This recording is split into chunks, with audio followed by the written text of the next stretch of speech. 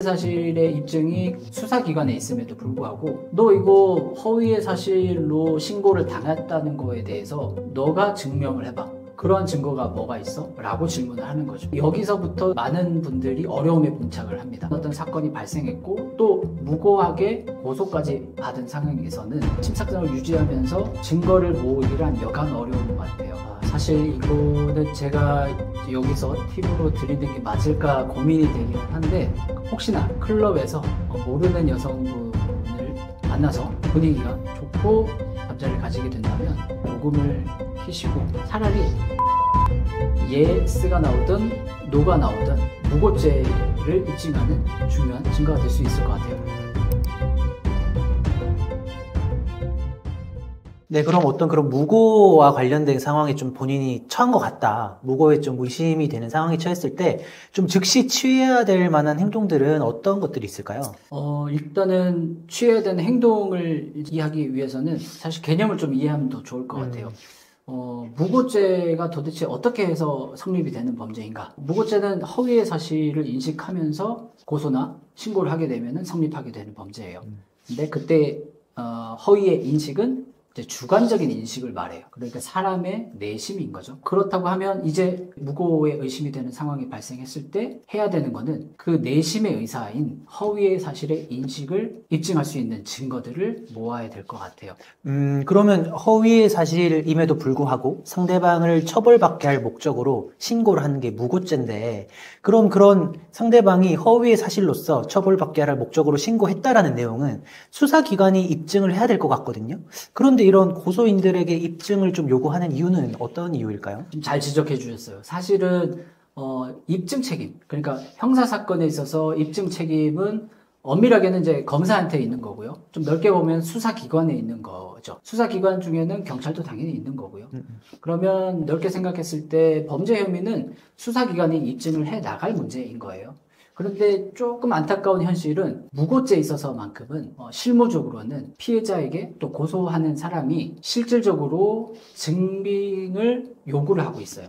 그러니까 범죄 사실의 입증이 수사기관에 있음에도 불구하고 너 이거 허위의 사실로 신고를 당했다는 거에 대해서 너가 증명을 해봐. 그런 증거가 뭐가 있어? 라고 질문을 하는 거죠. 근데 여기서부터 사실 많은 분들이 어려움에 봉착을 합니다. 이거를 증명을 하기 위해서는 사실 사건 당시에 침착하게 모든 것을 이제 증거로서 다 남겨두었어야 가능한 답변이에요. 그런데 사실 당황스러운 어떤 사건이 발생했고 또 무고하게 고소까지 받은 상황에서는 침착성을 유지하면서 증거를 모으기란 여간 어려운 문제는 아닌 것 같아요. 그 부분이 일단은 무고죄 부분에서 가장 어려운 부분이 아닌가. 그런데 사실 이게 무고에 대한 증거를 남긴다는 것이 뭐 물리적으로 저는 어렵다라고 생각을 하는 게, 어떤 행위가 발생하고 굉장한 시간이 흐른 다음에 고소를 당할 거란 말이죠. 그러면 나는 무고로 고소당할 것을 예견하지 않는 한 이 기간 동안의 자료를 모으지 않았을 거란 말이죠. 그래서 사실상 그런 자료를 좀 모으는 것이 불가능할 것 같다라는 생각도 드는데, 그런 자료들이 잘 모아져서 무고죄 송치, 경찰이 혐의 있다라고 판단한 그런 결론으로 이어졌던 사건이 있을까요? 그런 사건은 사실 극히 드뭅니다. 말씀하셨다시피 무고 사건은 기본적으로 전제되는 사실이 있죠. 신고를 당해야 됩니다. 그러니까 본인이 어떠한 이제 억울한 혐의로 신고를 당해야 무고 행위를 당한 것이기 때문에, 사실 만약에 그 신고가 사건이 발생한 일로부터 1년 뒤에 신고가 들어가면 그 1년 동안은 이 사람은 아무런 대비를 할 수가 없는 거예요. 그러면 증거가 없다는 뜻이고요. 1년 뒤에 고소를 당했는데 억울하게 만약에 조사를 다 받았는데 무혐의를 받았어요. 그러면 무혐의를 받은 거에 대한 증명밖에 안 되는 거예요. 앞에 무고행위에 대한, 그 사건 발생일로부터 무고행위를 당한 시점까지의 증거는 사실상 골든타임이 놓쳐버린 셈인 거죠. 그러면 제가 고소를 당했을 때 제 사건이 무혐의로 끝났다고 해서 상대방을 무고로 고소하는 게 뭐 능사는 아니다, 무고를 고소한다 해서 반드시 내가 상대방의 무고 혐의를 입증할 수 있다, 그런 것은 아닌 건가 보죠? 그거는 이제 다른 차원의 문제가 되는 거죠. 그래서 예상할 수 있는 좀 부당한 어떤 결과는, 내가 고소당한 사건은 무혐의가 나왔고, 그리고 내가 고소한 무고 혐의도 무죄가 나와요. 그럼 둘 다 무죄가 나오는 거죠. 근데 이거는 직관적으로 생각했을 때는 좀 부당한 결과죠. 그렇죠. 결국 수사기관이 판단한 것 또는 법원이 판단한 건 네 말도 맞고 네 말도 맞다. 이렇게 되는 결과인데 이건 조금 논리적으로는 받아들이긴 힘든 결과죠. 그렇죠. 왜냐하면 주된 사실관계는 하나인데 그것을 보는 두 개의 관점이 있다는 것은 조금 받아들이기 어려운 것 같아요. 충분히 그렇게 이해가 되고 특히나 그런 무고행위를 당한 사람 입장에서는 사실 억울해서 잠이 오지 않는 결과죠. 이게 무고가 보통 성과 관련된 범죄들과 연관이 되어 있다 보니까 특히 이제 뭐 성관계를 가지기에 앞서서 남성분들이 오늘 뭐 성관계 가져도 돼? 이렇게 물어보는 것을 조금 뭐 부끄러워하는 경우들이 있는 것 같아요. 왜냐하면 좀 관계가 서서히 이렇게 부드럽고 아름답게 흘러가는 와중에서 잠깐만 우리 해도 될까? 이런 걸 하는 것들이 사실 좀 무드가 깨질 수도 있고 뭐 그런 이제 관점들이 있잖아요. 그래서 그런 측면에서 유하게 어떤 동의가 있었다라는 점을 좀 남기기 위한 그런 표현들, 유한 표현들이 좀 있다면 어떤 게 있을까요? 사실 이거는 제가 여기서 팁으로 드리는 게 맞을까 고민이 되기는 한데 이렇게 하면 좋을 것 같아요. 혹시나 클럽에서 모르는 여성분을 만나서 분위기가 좋고 잠자리를 가지게 된다면 무작정적으로 성관계를 하기보다는 일단 녹음을 키시고 성관계 하기 전에 차라리 콘돔 낄까? 라는 질문을 해주시면 여성분이 예스가 나오든 노가 나오든 성관계에 대해서는 동의를 하되 콘돔 착용에 대해서 방법에 대해서만 예스 노가 결정이 되는 것이기 때문에 이거는 무고죄를 입증하는 중요한 증거가 될 수 있을 것 같아요. 콘돔 끼고 할까? 좋아 라고 하면은 콘돔 끼고 하는 것에 동의. 콘돔 끼고 할까? 아니야. 그럼 콘돔 끼지 않고 하는 것에 동의. 이렇게 보여질 수 있기 때문에 그런 좀 우회적인 표현이 좋을 것 같다. 그런 말씀이시죠? 녹음하시고 물어보세요. 콘돔 낄까? 네, 그럼 이제 무고와 관련된 좀 이제 많은 문제들을 저희가 함께 좀 공유를 해봤는데요. 좀 이러한 문제들을 해결하기 위해서 우리 뭐 사회 제도라던가 아니면 우리 인식이라던가 이런 것들에 좀 뭐 변화가 필요할까요? 아까 이제 무고죄의 어려운 부분을 이야기한 게 사실 이 부분하고 직결되는 것 같아요. 무고죄는 이제 피해자가 적극적으로 이 무고 혐의를 입증해야 되는 이제 어려움이 존재를 하는 거죠. 사실 그런 입증 책임은 수사기관에 있는 것이기 때문에 이런 측면에서 피해자의 입증 책임을 조금 완화해 줄 필요가 있을 것 같아요. 그래서 예컨대 제도적으로 허위 신고나 허위적으로 고소한 정황이 드러나면 수사기관이 의무적으로 무고죄의 검토에 착수하도록 그러한 제도가 있다고 하면은 사실 무고를 하시는 입장에서는 상당히 부담스러울 수 있죠. 그렇기 때문에 이렇게 조금 의무적으로 무고죄의 수사에 착수하는 의무 조항이 생긴다고 하면 상당 부분 입증 책임이 좀 완화되는 효과가 있지 않을까 그렇게 생각합니다. 그리고 두 번째 측면은 사회적인 인식의 문제도 있을 것 같아요. 왜 우리가 흔히 예전에 생각해보면 112에 신고를 이제 장난전화 한다고 하죠. 장난전화를 되게 가볍게 생각하는 문화가 있었어요. 오죽했으면 장난전화라고 하는 거예요. 그러니까요. 네. 그런데 사실은 이 장난전화의 본질은 무고행입니다. 장난으로 신고를 하는 것이기 때문에 이거 엄밀하게는 다 무고행이에요. 무고죄로 처벌받아야 돼요. 그런데 우리는 이게 장난전화라는 단어를 씀으로써 뭔가 좀 가볍게 인식을 하는 어떤 사회적인 문화가 있는 것 같아요. 그래서 이런 면에서 조금 인식을 변화시키는 어떤 차원에서 우리가 노력해 볼 것들을 생각해 본다고 하면 어떤 가정폭력이나 성범죄나 또는 학교폭력이라고 하죠. 그 학폭 문제에서 신고가 들어왔을 때 어떤 신고할 때에 이런 본인의 신고 사실이 허위가 아님에 대해서 일종의 서약서 같은 그러니까 내가 신고하는 내용은 사실이고 사실임이 아닌 것이 드러났을 때 무고의 처벌을 받을 것을 약속합니다. 라는 정도의 간단한 문구만으로도 신고를 하는 사람 입장에서는 상당 부분 스스로 자정정화하는 어떤 느낌으로 조금 문화적으로 조금 사회적 인식이 바뀌는 효과가 있지 않을까 하는 측면에서 이런 부분도 우리가 도입을 해보면 어떨까 하는 생각은 좀 듭니다. 무고죄에 대해서 좀 이야기를 해보려고 해요. 그래서 최근에 이제 어떤 이제 특정 커뮤니티에서 뭐 남성 성범죄자 만들기 가이드 뭐 이런 것들이 이제 유포되고 있다라는 이야기가 들어가지고 실제로 좀 그런 것들이 있는지 그리고 뭐 있다면 어떤 내용들이 공유되고 있는지 그런 것들이 좀 궁금하더라고요. 사실 제가 이 질문 받고 실제로 한번 들어가 봤어요.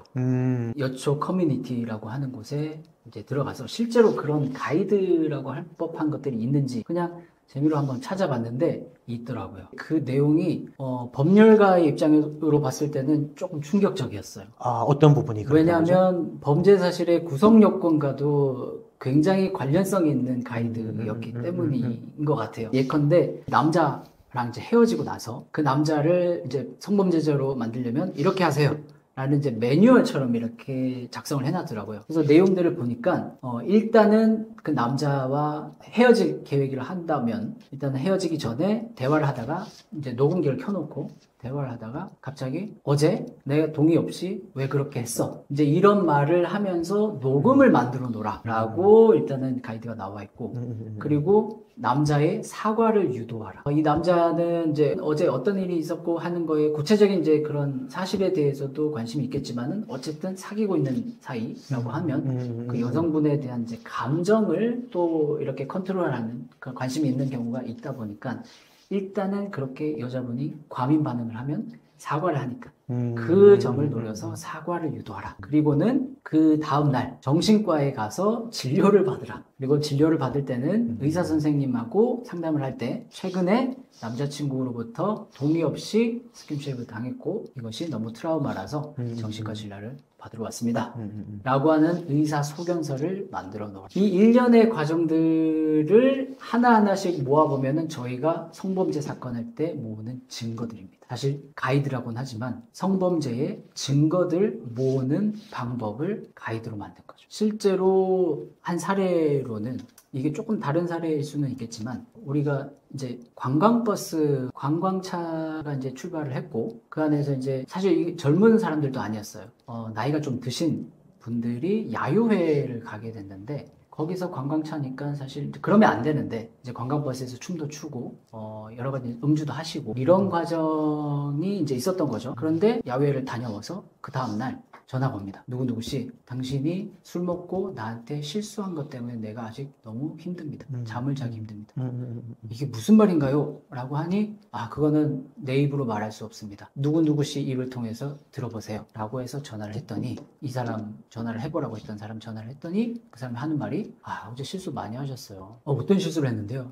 아니 술 먹고 그렇게 뒤에서 껴안고 그렇게 하시면 어떡합니까? 다른 사람 눈도 있는데 라고 얘기를 하는 거죠. 이런 얘기를 들으니까 이 분은 덜컥 겁이 나니까 사과부터 한 거예요. 그래 내가 실수했다면 너무나 죄송합니다. 내가 평소에 그런 사람이 아닌데 너무 죄송합니다. 그분한테 직접 사과도 드리고 싶습니다. 이렇게 대화를 한 거죠. 근데 이게 다 녹음이 되어 있었어요. 그리고 얼마 뒤에 이 여자분 측에서 연락이 와서 정신적인 고통에 대해서 합의금을 주면 좋겠다. 그러지 않으면은 나는 이건 너무 힘들어서 고소를 하고 싶습니다. 근데 합의금 얘기가 나오니까 억울하지 않습니까? 술 먹고 기억도 없는데 돈부터 내놔라고 하니까 못 준다고 했더니 실제로 고소를 하셨어요. 그랬더니 경찰서에 수사가 진행이 됐고 경찰서 가서 봤더니 그동안 통화했던 녹음 내용들이 다 사과했던 내용 이런 내용들이 증거로 다 올라가 있던 거죠. 그리고는 그 남자 피해를 주장했던 여성분 말고 그 통화해보라고 했던 남성분 있죠. 그분의 진술서가 붙어 있었습니다. 목격자가 된 거예요. 그러면 경찰 입장에서 피해 사실이 있고 목격자의 증언이 있고 전화통화 녹음이 있으면 이는 강제추행의 성범죄 증거가 되는 것이죠. 근데 알고 봤더니 이건 사실은 확인은 안 됐습니다. 들리는 소문에 의하면은 고소했던 여성분들 그 지역에서 성범죄로 신고해서 합의금을 받은 전력이 2차례나 더 있었어요. 야, 근데 이게 참 분명 내가 잘못을 했으면 사과를 해야 되는 게 맞지만 잘못을 하지 않았다고 하더라도 아까 이제 말씀드렸던 두 가지 사례 남자친구 여자친구 관계에서 여자친구 갑자기 기분이 나쁘다고 말을 하면 일단 그래도 감정적인 좀 공감과 이런 것들을 하기 위해서 일단 알겠어 내가 그땐 잘못했는데 라고 좀 감정을 억누르기 위한 내가 정말 잘못해서가 아니라 감정을 억누르기 위한 감정을 좀 달래주기 위한 그런 사과를 할 수도 있을 것 같고 그리고 두 번째 사례에서 같은 경우에는 좀 이제 주변 이제 동네 사람들과의 평판을 고려해서 일단은 잘못한지 안 한지 내가 모르겠으나 일단은 이 평판을 위해서 내가 그리고 사람들의 관계를 위해서 우리 단체의 좀 화목한 관계를 위해서 내가 사과하고 말지 이런 생각으로 사과를 좀 할 수 있을 것 같아요. 맞습니다. 그래서 그게 더 무서운 것 같아요. 이게 우리가 사과를 한다는 거는 꼭 그 사과에 전제되는 사실에 대해서 사과만 하는 것은 아니거든요. 그렇죠. 그 당사자가 굉장히 감정적으로 격하게 되어 있으면은 그걸 조금 더 완화시키는 차원에서 사과를 할 수도 있는 거예요. 그런데 사과라는 이 표현에는 그것을 구분하기는 힘들어요. 그렇죠. 그렇다 보니까 사실은 상대방이 이거를 악용을 하는 사례라고 볼 수 있을 것 같아요. 그렇죠. 그리고 또 이게 참 웃긴 거는 사과를 하면서 내가 정말 그러진 않았지만 너의 감정 상태를 달래주기 위해서 미안하다고 말을 할게. 이렇게 할 수가 없잖아요. 그 얘기하면 더 화낼 거예요. 그러니까요. 더 화가 난리가 나지 나니까. 않을까요? 네, 그런 좀 문제가 있는 것 같아요. 네, 동탄 화장실 무고 사건을 실제 수행하셨던 변호사님으로서 그 사건에 대한 좀 이야기를 들어보고 싶거든요. 네, 됐어요. 좋습니다. 사실 작년에 2024년에 무고와 관련해서 대한민국을 뒤집어 놓은 사건이 하나 있었죠.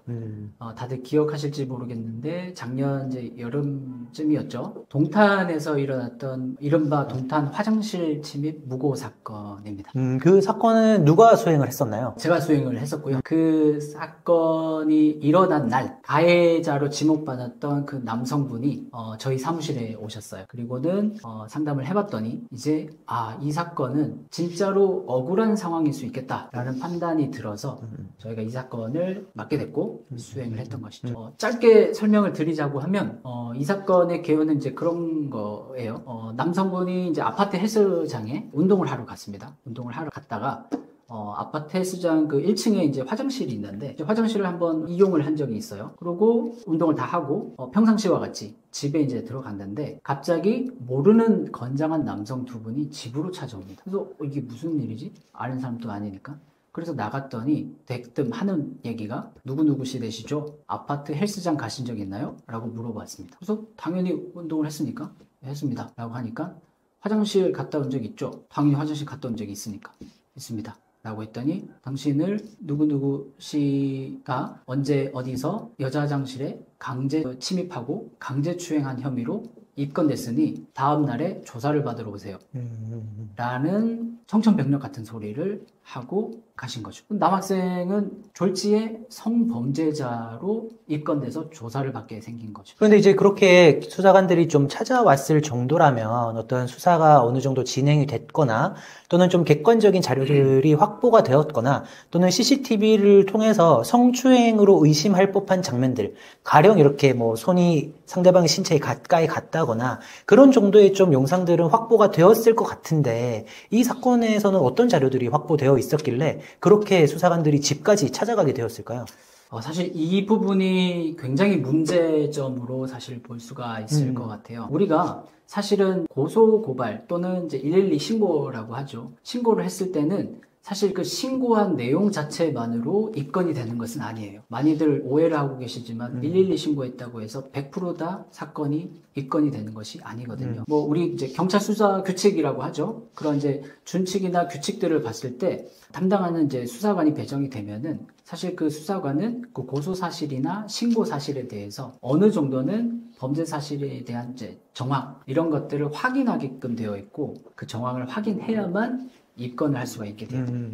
그런데 이 동탄 화장실 무고 사건에 있어서는 확인을 했긴 했어요. 근데 뭐를 확인했냐면 CCTV를 확인을 했는데 그 CCTV 장면에 그 남학생이 화장실로 들어가기 위해서 지나가는 길목의 CCTV에 그 남학생이 확인이 된 거죠. 거기까지 확인을 하고 경찰이 여성이 신고했던 그 시각과 그 남성이 그 CCTV 화장실을 지나간 시각이 일치했고 그 앞뒤에 다른 사람이 지나간 행적이 없기 때문에 이 남성을 가해자로 특정을 하고 수사를 착수를 했던 거예요. 제가 남 변호사님 말을 들어보면 수사 규칙에 의하면 이 범죄 사실이 있었던 이 행위 장소에서 어떠한 그 자료가 확인이 되었어야 하는데 이 화장실 안이라는 장소에서는 아무 자료가 없었고 다만 이곳으로 향해 가는 심지어 이 방향에는 남자 화장실도 있었던 거죠. 맞습니다. 이렇게 가는 그 장면만 보고는 그냥 무작정 집으로 찾아갔다는 거네요. 그렇죠. 사실 이 CCTV라는 것이 범죄를 증명하는 가장 객관적인 증거이고 중요한 증거는 맞는데 중요한 거는 CCTV가 존재한다는 게 중요한 게 아니고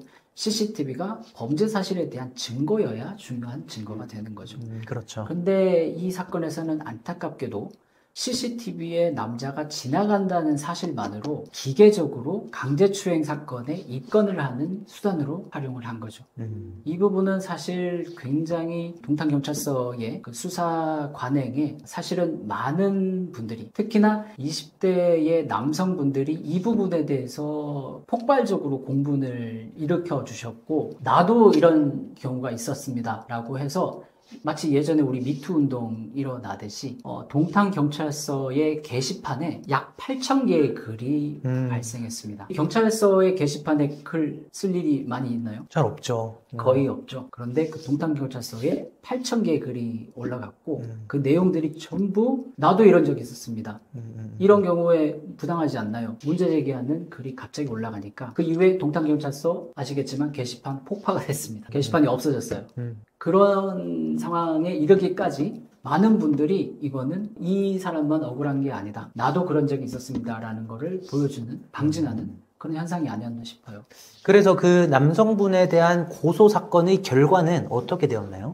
지금 이제 그 남성분은 당연히 아마 뉴스 보도나 이런 것들을 통해서 결과를 다 보셨겠지만 5일 만에 그 남성분은 불입건 통지를 받으셨어요. 그러니까 애초에는 경찰서에서 입건이 됐다고 통지를 받았는데, 그러니까 경찰서에서 다시 내사를 하겠습니다 라고 했고, 그 내사 결과 범죄의 정황조차 없는 것으로 판단을 해서 불입건 통지를 받으셨어요. 당연히 혐의 없음은 당연한 거고요. 입건조차 될 사건이 아니었다라는 거를 자인하는 셈이었죠, 사실은. 그래서 오늘의 이제 다시 주제로 돌아오면 그 남성분께서 신고를 하신 여성분에 대한 무고 고소를 하신 걸로 알고 있는데, 맞습니다. 그 사건은 현재 어떻게 진행되고 있나요? 사실은 성범죄가 핵심이 아니었어요. 성범죄는 당연히 이 남학생이 하신 게 아니었기 때문에 불입건 통지를 받는 건 사실은 당연한 거였어요. 핵심은 사실 그 뒷단에 있죠. 애초에 신고하신 여성분이 도대체 왜, 그리고 어떤 이유가 있었길래 이 남학생을 특정을 해서 고소를 했던 것인가. 근데 저희가 사건을 검토를 해보니까, 그리고 그 전에 한 가지 말씀을 드려야 될 게, 이 무고 사건을 진행하기 위해서 굉장히 중요했던 것이 그 남학생이 그 당시에 당황하지 않고 증거들을 차근차근히 모아 놓으셨어요. 그리고 그 증거들을 이제 봤더니 당시에 피해 여성분이 이제 사건 현장에서 배회하고 있는 것을 발견을 하고, 이 피해 여성에게 접근을 해서 마치 제3자인 양 해서 이 피해 여성분이 얘기하고 있는 거를 녹음을 하셨습니다. 알고 봤더니 그 피해 여성분이 약간은 정신적으로 좀 문제가 있던 분 같아요. 계속 사건 현장 주위를 배회하면서 화장실에 누가 침입했고요, 앞에서 누가 자위행위를 하고 있었고 나를 만지려고 했습니다, 이런 얘기를 사건 현장에 얼마 떨어지지 않은 아파트 입구에서 얘기를 하고 있었던 거죠. 그리고 피해 남학생, 이제는 피해 남학생이 됐죠. 피해 남학생의 어머니가 그 현장을 지나가다 목격을 하고 녹음을 했습니다. 그래서 이 피해 여성이 구체적으로 어떤 사실을 가지고 고소를 했는지를 추론할 수가 있었고요. 그리고 아파트 CCTV도 그 남학생이 차분하게 관리사무소에 가서 설명을 하고 확보를 할 수가 있었고요. 아까 말씀드렸던 이제 어머니도 사건에 이제는 제3자이긴 하지만 핵심적인 참고인이 되어버린 거죠. 참고인으로서 그런 피해 여성이 말도 안 되는 주장을 하는 것들을 이제 들으셨던, 진술을 해주셨고, 이런 증거들이 사실은 이제 모여져 있었기 때문에 저희가 이 사건을 봤을 때는 이거는 허위의 사실을 알면서도 112에 신고를 한 사건이다. 따라서 이거는 무고죄로 처벌받아야 되는 사건이다 라고 해서 저희가 실제로 같은 경찰서죠, 동탄경찰서에 무고죄로 고소를 하였습니다. 그리고 그 이후에 고소인 조사를 마쳤고요. 신고했던 그 여성분도 조사를 받으셨어요. 그러고 나서 얼마 지나지 않아서 혐의 있음으로 검찰로 현재 송치가 돼서 검찰 수사를 받고 있습니다. 네, 지금 말씀하신 걸 들어보면 참 그런 부분이 있는 것 같아요. 그 사건에서 성추행으로 고소하신 분께서는 112 버튼 누르고 저 성추행 당했어요 라는 한마디만 하셨는데, 저희 이제 무고 사건을 고소하신 그 남성분께서는 엄청난 증거들을 많이 모으신 것 같아요. 그럼 이게 성추행 또는 성폭행 사실로 고소하기는 굉장히 쉬운 반면, 그 반대 사실을 해서 무고로 고소를 하기에는 굉장히 많은 자료들을 좀 확보해야 된다라는 생각이 드는데, 이런 좀 불균형에 대해서는 어떻게 생각하시나요? 사실 굉장히 말씀을 잘 해주신 것 같아요. 우리가 무고죄의 문제점, 문제점이라고 하면은 문제점이라기보다는 이제 어려운 점이라고 하면은 사실 입증 책임이 사실상 수사기관한테 있는 게 아니라 피해를 당한 그 고소인에게 입증을 현실적으로 요구하는 데 문제가 있는 것 같아요. 무고죄의 고소인에게 입증 그렇죠. 책임이 있고 상대방 허위 사실로 고소한 사람의 내심의 마음을 입증해내라 라는 것을 우리 고소인에게 요구하고 있는 건가 보네요. 다시 설명을 드리자면 우리가 무고죄의 범죄 이제 구성 요건은 허위의 사실을 인식하면서 고소나 이제 고발, 신고를 했을 때 이제 성립이 되는 것이거든요. 그런데 여기서 이제 허위의 사실의 인식, 여기서 인식의 정도는 주관적인 인식을 말합니다. 그러니까 그 사람의 내심을 말하는 거죠. 그런데 사실 내심을 우리가 알기는 사실 굉장히 어렵습니다. 그럼에도 불구하고 사실 엄밀하게는 범죄 수사를 할 때 범죄의 혐의를 입증하는 것은 경찰이 해야 됩니다. 수사기관이 해야 됩니다. 그런데 무고죄에 있어서는 이상하게도 무고를 고소를 하러 가면은 경찰들이 증거 있습니까? 어떤 증거가 있죠? 왜 그렇게 생각하세요? 라는 질문을 다른 범죄보다 더 많이 하게 돼요. 더 엄격하게. 네. 그러니까 사실상은 무고죄 입증을 거의 피해자가 해야 되는 그런 억울한 상황이 발생을 하는 거죠. 동탄 화장실 무고 사건의 경우에는 다행히 사건 발생 당시에 그 남학생이 여러 가지 말씀드렸던 그런 증거들을 확보를 할 수 있었기 때문에 이거는 무고죄를 입증할 수가 사실은 있는 사건이었어요. 그런데 사실 많은 사건에 있어서는 사건 현장에서 경황도 없고 그럼 어떤 법적 지식이 있는 경우보다는 없는 경우가 많고 그러다 보면 사건의 이제 골든타임이라고 하죠. 그런 부분들을 놓치게 되면은 증거 확보가 어렵게 돼요. 그럼 그 이후에 내가 억울하게 고소를 당했고 설사 내가 무죄를 받는다고 하더라도 무고죄로 상대방을 고소하기가 굉장히 어렵습니다. 예를 들어서 무고 사건으로 동탄 사건 말고 또 하나 사건이 있었던 거는 남자 마사지사셨어요. 남자 마사지사셨는데 사실 마사지를 받으러 오시는 분이 남성도 있겠지만 여성분도 있겠죠. 여성분이 마사지를 이제 받으러 오셨는데 이분은 이제 남성이 마사지사가 마사지를 하는 것을 알고 오신 분이었어요, 사실. 남성이 한다는 것을 알고도. 네, 그러니까 여성분이 마사지사로 있는 어떤 마사지샵에 일부러 찾아온 게 아니고 남자 마사지사가 계시는 거를 알면서도 왔어요. 처음 오신 분이 아니고 여러 차례 그 마사지샵을 이용하셨던 분인 거거든요. 그래서 마사지사분의 마사지를 이제 받았는데 심지어 그 남자 마사지사로부터 전에도 마사지를 받으신 적이 있는 분이에요. 마사지를 받았는데 잘 받고 나갔는데 다음날에 경찰에서 연락이 옵니다. 남자 마사지사분한테 지금 누구누구 씨로부터 어제 마사지를 받으셨던 분으로부터 성추행, 강제추행으로 고소를 당하셨습니다. 조사를 받으러 오셔야겠습니다. 남자분 이제 너무나 황당한, 왜냐하면 이 여성분을 몰랐던 것도 아니고 그리고 심지어 전에도 마사지를 해봤던 분인데 그만큼 자기의 인적사항이 드러날 거를 명확하게 알고 있는 상황에서 강제추행을 한다? 이 남자 마사지사는 생각도 할 수 없는 일인 거거든요. 결국 수사가 진행됐고 이 남자 마사지사분 무혐의를 받으셨어요.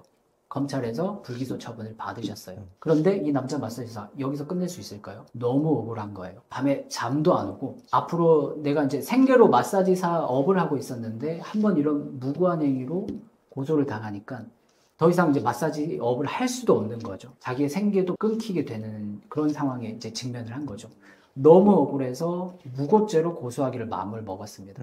그리고 실제로 당연히 무고죄 고소를 했습니다. 그런데 결과가 무혐의가 나왔어요. 검찰에서 무혐의가 나왔어요. 그래서 알고 보니 왜 무혐의가 나왔냐? 너무 억울하니까 경찰에서는 그래도 혐의가 있다고 봤는데 왜 검찰에서는 무혐의로 봤나요? 불기소 이유서를 봤더니 놀랍게도 그 여성분이 그 마사지를 받고 나오면서 친구한테 카톡을 해요. 그런데 다른 어떤 문자를 작성한 게 아니고 이모티콘의 유유 이모티콘을 친구에게 보내요. 그런데 그게 허위의 인식이 없었다는 증거로 채택이 되어 있었어요. 그러니까 이 여성분이 샵을 나오면서 뭔가 불편한 감정이 있었고 그래서 친구에게 유유라는 메시지를 보낸 것으로 보아 허위의 사실을 인식했다고는 볼 수 없다.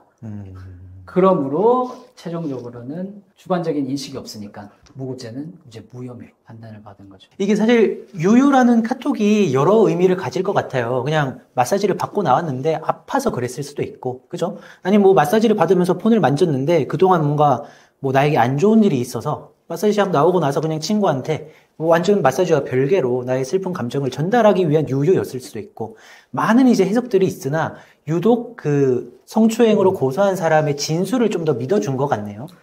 사실 이제 그런 부분이 이제 큰 것 같아요. 우리가 성범죄에 있어서는 이상하게도 피해를 호소하는 이제 피해자의 주장을, 신빙성을 가해자의 진술의 신빙성보다 지나치게 높게 평가를 해주는 어떤 문제점도 사실은 좀 있는 것 같아요.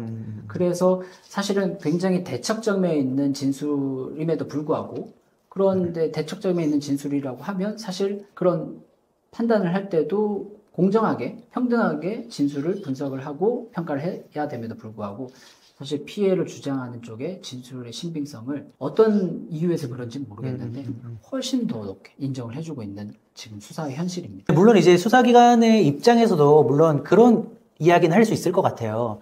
그 성폭행을 당했다는 주장을 하는 사람이 아무런 이유 없이 그런 주장을 하겠냐.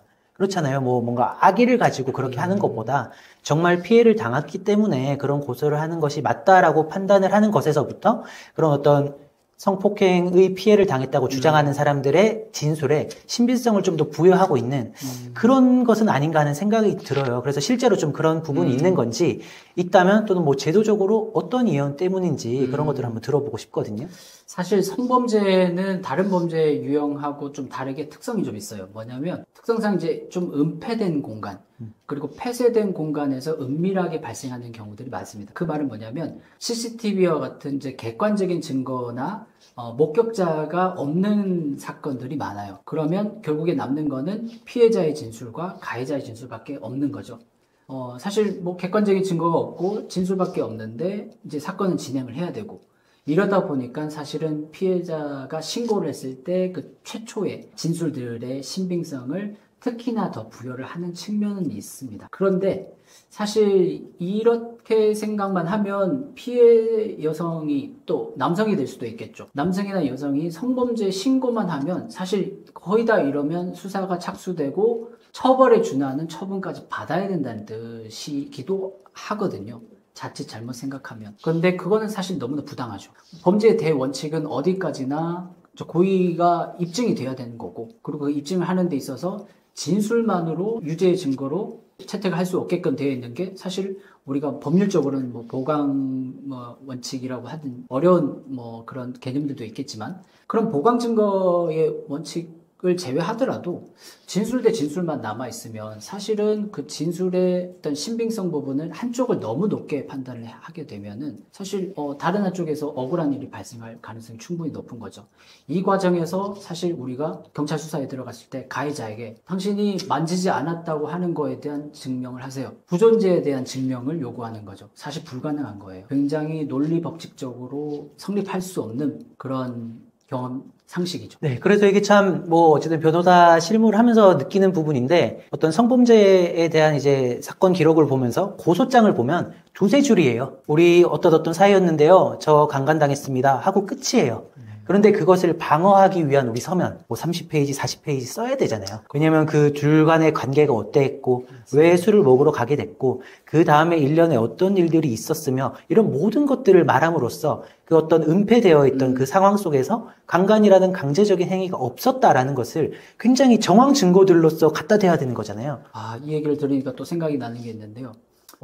친구들끼리 이제 놀러를 갔어요. 펜션에 놀러를 갔는데, 그 중에 이제 한 분이, 그러니까 친구들끼리 뭐 소위 이제 남녀 비율을 맞춰서 놀러를 갈 수도 있죠. 그래서 2대2로 이제 남자 둘 이렇게 놀러를 갔는데, 그 이제 술을 이제 많이 이제 마시고 이제 놀러 갔으니까 이제 4명이서 즐겁게 시간을 가졌는데, 그 중에 여자 한 분이 술이 좀 약한 거예요. 그래서 술을 좀 많이 마셨더니 토를 하셨어요. 옷에다 토를 하니까 이분은 사실 이제 더 이상 술자리에 있다가도 좀 빨리 이제 쉬게 해야 되겠다 라고 해서 방에 먼저 들어가서 쉬게 만드셨고, 옷에 이제 토를 묻혔으니까 사실 좀 갈아입혀 줘야 되니까 옷을 이제 갈아입혀서 이렇게 해드렸는데, 놀러 갔다 와서 경찰한테서 연락이 옵니다. 누구누구 씨 되시죠? 누구누구 2대2로 이게 놀러 가신 적 있나요? 그리고 술 같이 먹으신 적 있나요? 라고 하고 당신이 그날 누구누구 씨를 강제추행했다는 혐의로 신고가 되셨습니다. 라고 해서 조사가 이루어집니다. 갔더니 경찰이 강제추행으로 혐의를 입증을 하는 증거로 가지고 있는 게 여자분의 진술이었어요. 근데 그 진술이 뭐냐면 내가 일어나 보니 내가 입고 있던 옷이 벗겨져 있었고 다른 옷이 입혀져 있었고 이불이 덮여져 있었다. 나는 술에 취했기 때문에 내 자력으로 옷을 벗은 기억이 없다. 이건 누군가가 나를 만진 것이다. 라고 진술을 했던 거죠. 그리고 펜션에 CCTV를 분석을 해봤을 때 그 남성분이 그 화장실을 이제 들어가기 위해서 지나가는 어떤 CCTV 그 시점에 지나가는 이제 CCTV가 발견됐고 그 CCTV도 그 남성이 그 여성이 자고 있던 방에 들어갔던 증거로 채택이 되어 있는 거예요. 그래서 종합하면 남성이 구토를 했던 그 여성분의 옷을 벗기고 강제추행을 그 당시에 했다는 거죠. 근데 그러면서 남자분이 너무나 억울하니까 아니 토를 한 사람이 묻은 옷을 입고 자는 것을 좀 면하게 하기 위해서 옷을 갈아입혀준 행위가 그리고 그것도 내가 갈아입힌 것도 아니고 현장에 있었던 여성분이 갈아입혔고 나는 그걸 도와줬을 뿐인데 그거를 나보고 강제추행이라고 하는 게 말이 안 되지 않습니까? 라고 하니까 경찰이 했던 말이 그러면 그 토를 이제 한 옷을 갈아입힐 때 당신이 만지지 않았다는 증거 가져오세요. 만지긴 만졌다는 거잖아요. 라고 질문하는 거죠. 근데 이거 안 만진 증거를 어떻게 가져옵니까? 그러니까요. 굉장히 황당한 일임에도 불구하고 성범죄 사건에서 이런 일이 허다하게 일어나는 게 현실입니다. 그러니까 아까 제가 말씀드렸잖아요. 고소장은 한 장인데 그것을 방어하기 위한 서류는 30장이다. 이런 이야기를 했는데 저는 그런 거죠. 고소장의 허들을 높여라는 게 아니에요. 고소는 당연히 조력받지 않아도 할 수 있죠. 하지만 그에 대한 반대되는 내용, 우리 고소당했지만 그런 사실이 없습니다라는 것도 한마디를 하면 수사관이 동일한 선상에 놓고 좀 같이 검토를 했으면 좋겠어요. 맞습니다. 대등한 입장에서 검토를 하는 게 맞죠. 유죄 심증은 사실은 법정에서 판사도 가지면 안 돼요. 유죄 예단이라고 하죠. 그렇죠. 그럼 법적으로도 그거는 위법입니다. 그런 정도로 엄격하게 보고 있는데 유독 성범죄에 있어서는 진술의 신빙성을 지나치게 피해자의 입장에서 인정을 하고 있는 게 아닌가 하는 문제는 분명히 있습니다. 사실 그때 동탄 그 사건 하면서 당일날 그 땡땡군이 저희 사무실 왔는데 처음에는 솔직히 제가 수임을 하려고 했어요. 그러니까 돈을 받고 수임하려고 했는데 이 친구가 군대를 막 전역한 20대 남자애였어. 대학생이야. 국방의 의무를 다 하고. 근데 제 군 시절이 생각이 나면서 그러니까. 너무 안타까운 거야. 그러니까. 전역해가지고. 그지. 아니 돈이 어딨어. 그러니까. 군대에서 돈 모아서 얼마나 그러니까. 모았겠어. 우리 전역 장병들. 그러니까 딱 그 모습을 보고 너무 억울할 것 같고 또 매몰차게 그렇다고 그치, 뭐 수임료가 안 내니까 다른 사무실 좀 찾아가세요 라고 얘기하는 것도 내 마음이 너무 그렇고 그래서 누구야 끝나고 잘 끝나면 너 그냥 소주 한 잔 사라 이렇게 얘기를 이제 했는데 이게 실제로 사건이 이제 잘 끝나고 이제 전화를 했죠. 사건 끝나고 너무나 좋아하고 그러니까 이제 동탄 갈 테니까 소주 한 잔 살 생각해라. 술 한 잔 사야지. 술 한 잔 근 사야지. 그래서 실제로 동탄 가서 우리 끝나고 동탄 경찰서 앞에 가서 기념사진 하나 찍고 근처에 막창집에 가서 소주 한 잔 먹고 왔습니다. 안 받았어요. 이 사건은 저희가 뭐 어떻게 될지는 몰랐지만 그래도 동탄에서 강남까지 이 친구가 그 당일날 얼마나 급했으면 지푸라기라도 잡는 심정으로 이렇게 왔을까 생각이 드니까 솔직히 저희도 이게 마음이 그런 면에서 좀 여리다 보니까 도저히 이 친구한테 수임료를 부르기는 힘들겠더라고요. 그래서 그냥 억울함만 좀 풀어주고 싶다라는 개인적인 감정이 조금 앞서서 어쨌든 좀 도와주고는 싶었는데 의외로 진짜 같은 처지에 있을 법한 사람들이 많았나 보죠. 너무나 응원을 많이 해주시고 해서 수임료의 갑절로 저는 보상받은 느낌. 그때 커뮤니티에 잠깐 회자가 되기는 했어요. 그래서 소주 한 잔 변호사로 커뮤니티에서 이렇게 되긴 했는데 근데 진짜로 소주 한 잔 변호사로 알려진 것도 뭐 대단한 건데 진짜 주량도 소주 한 잔이거든요. 그래서 정확하게 딱 이게 된 거죠. 저는 술을 못 마십니다. 네. 저는 술을 못 마십니다. 그래서 있는 그대로의 명칭이다. 소주 한 잔 변호사예요. 아니 소주 한 병 변호사보다는 그렇죠. 그래서 내가 이제 주량이 한 잔이니까 그러니까 그 마음도 쓴 거죠. 그러니까. 한 잔만 먹으면 안 된다. 그러니까 수사기관으로부터 이렇게 연락을 받게 되는 경우가 있을 수 있잖아요. 네, 그럴 때는 좀 어떻게 대응을 해야 되나요? 우선 경찰로부터 연락을 받는 것 자체가 사실 흔한 일은 일반인 입장에선 아닙니다. 그렇기 때문에 반드시 어떤 이유로 경찰이 전화가 왔는지, 그리고 자신의 어떤 피의 사실이라고 하죠. 그 피의 사실이 어떤 것인지 먼저 파악하는 게 더 중요할 것 같아요. 그럼 그런 것들을 수사관에게는 어떻게 물어봐야 되나요? 예를 들어서 이제 전화가 왔고 경찰관이 누구누구 씨 되시죠? 맞습니다. 라고 대답을 한 다음에 누구누구 씨와 관련된 사기 사건으로 입건이 되셨습니다. 라고 이렇게 대답을 할 수가 있어요. 그런 경우에 사기 사건이라고 하면 사실 너무나 광범위하게 그렇죠. 되거든요. 그렇죠. 그래서 사기로만 알고 있으면 내가 도대체 어떤 일로 조사를 받는지 불분명하기 때문에 그럴 때는 정확하게 그렇다면 제 피의 사실이 정확하게 어떤 사실로 되어 있는 건가요? 라고 질문을 해주시는 게 좋아요. 그렇게 구체적으로 질문을 해도 법률적으로는 문제가 없다. 그렇죠. 피의자의 권리라고 하는 거는 자신에게 씌워진 혐의가 어떤 혐의인지를 확인할 수 있는 것도 피의자의 권리이기 때문이죠. 그럼 그렇게 권리 행사를 하기 위해서 피의 사실을 물어봤는데 좀 수사기관에서 구체적으로 대답해주지 않으면 그럴 땐 어떻게 대응을 해야 되나요? 사실 그런 일이 많습니다. 우리가 일선 이제 수사관들이라고 하죠. 경찰서에서 전화가 왔을 때 물론 친절하신 분들도 계세요. 뭐 어떤 사실로 이제 입건이 되셨고 뭐 당황스럽지 않게 이렇게 친절하게 물어봐 주시는 분들도 계신데 사실 그렇지 않은 분들도 많이 계신 게 현실이에요. 또 경찰이라고 하다 보니까 또 피의자에게 전화를 할 때는 사실 좋은 일로 전화를 하는 것이 아니다 보니까 질문의 내용이나 질문의 어투 이런 것들이 조금은 일반인 입장에서는 강압적으로 느껴질 수도 있어요. 그런 측면에서 자신의 피의 사실을 먼저 친절하게 설명을 해주지 않는 경우가 있는 거죠. 그러한 경우에 사실 경찰관이 얘기를 해주지 않는다고 해서 그런가 보다라고만 생각을 한다면 자기한테 어떤 피의 사실이 씌워져 있는지도 모른 채 경찰 조사에 가야 될 위험이 있는 거죠. 그렇기 때문에 그럴 때에는 우리가 이제 정보24라고 하는 이제 웹사이트가 있습니다. 거기에 보면은 정보 공개 청구라고 해서 자신이 고소를 당했으면은 신고한 사람이 제출한 고소장을 열람할 수 있는 제도가 있습니다. 그래서 그 정보 공개 청구라는 제도를 통해서 고소장을 먼저 열람한 뒤에 경찰관님께 연락을 다시 드리겠습니다. 라고 답변을 하시는 게 피의자의 입장에서는 최선의 어떤 대응책이라고 볼 수 있는 거죠. 그런 고소장에 대한 정보 공개 청구는 누구나 할 수 있는 것인가요? 맞습니다. 어쨌든 피해자 자신이 본인이기 때문에 일단 본인 개인을 확인한 다음에 본인의 이름으로 정부24의 정보공개 청구 로그인을 하셔서 고소장에 대해서 열람 청구를 하실 수가 있습니다. 네, 그렇게 수사기관에서 그럼 연락을 하게 되는데 그 수사기관의 입장에서 연락을 하는 이제 주된 이유 그리고 그 연락을 받았을 때 주의해야 될 사항이 있다면 어떤 것들이 있을까요? 공식적인 이유는 사실 조사를 하기 위해서 피의자의 신분을 확인하기 위함이겠죠. 그리고 조사 일정이라고 하죠. 피의자 조사를 일정을 잡기 위해서 전화를 한다. 이렇게 보시면 될 것 같고요. 사실 이거는 조금 오프 더 레코드의 얘기긴 하지만 소위 이제 떠보기 위해서 전화하는 이유도 있습니다. 그러니까 전화를 한다는 거는 경찰관 입장에서는 이 피의자의 신분을 확인하는 것도 일이지만 피의 사실 자체에 대한 심증을 가지기 위한 이유도 있어요. 그렇기 때문에 첫 전화가 우리가 중요하잖아요. 전화를 했을 때 그 사람의 리액션이라든지 아니면 이제 당황하는 정도라든지 이런 것들을 통해서 대강의 유죄 사실에 대한 심증을 가질 수도 있는 부분이라고 보시면 될 것 같아요. 그래서 예컨대 이런 경우가 있었어요. 우리가 이제 클럽에 가셨던 남성이 있었는데 클럽에 갔다 와서 아무 일 없이 잘 놀고 다음날 집에 복귀를 하셨는데 갑자기 경찰서에서 연락이 오는 거예요. 그리고 누구누구 씨 되십니까? 어디 경찰서입니다.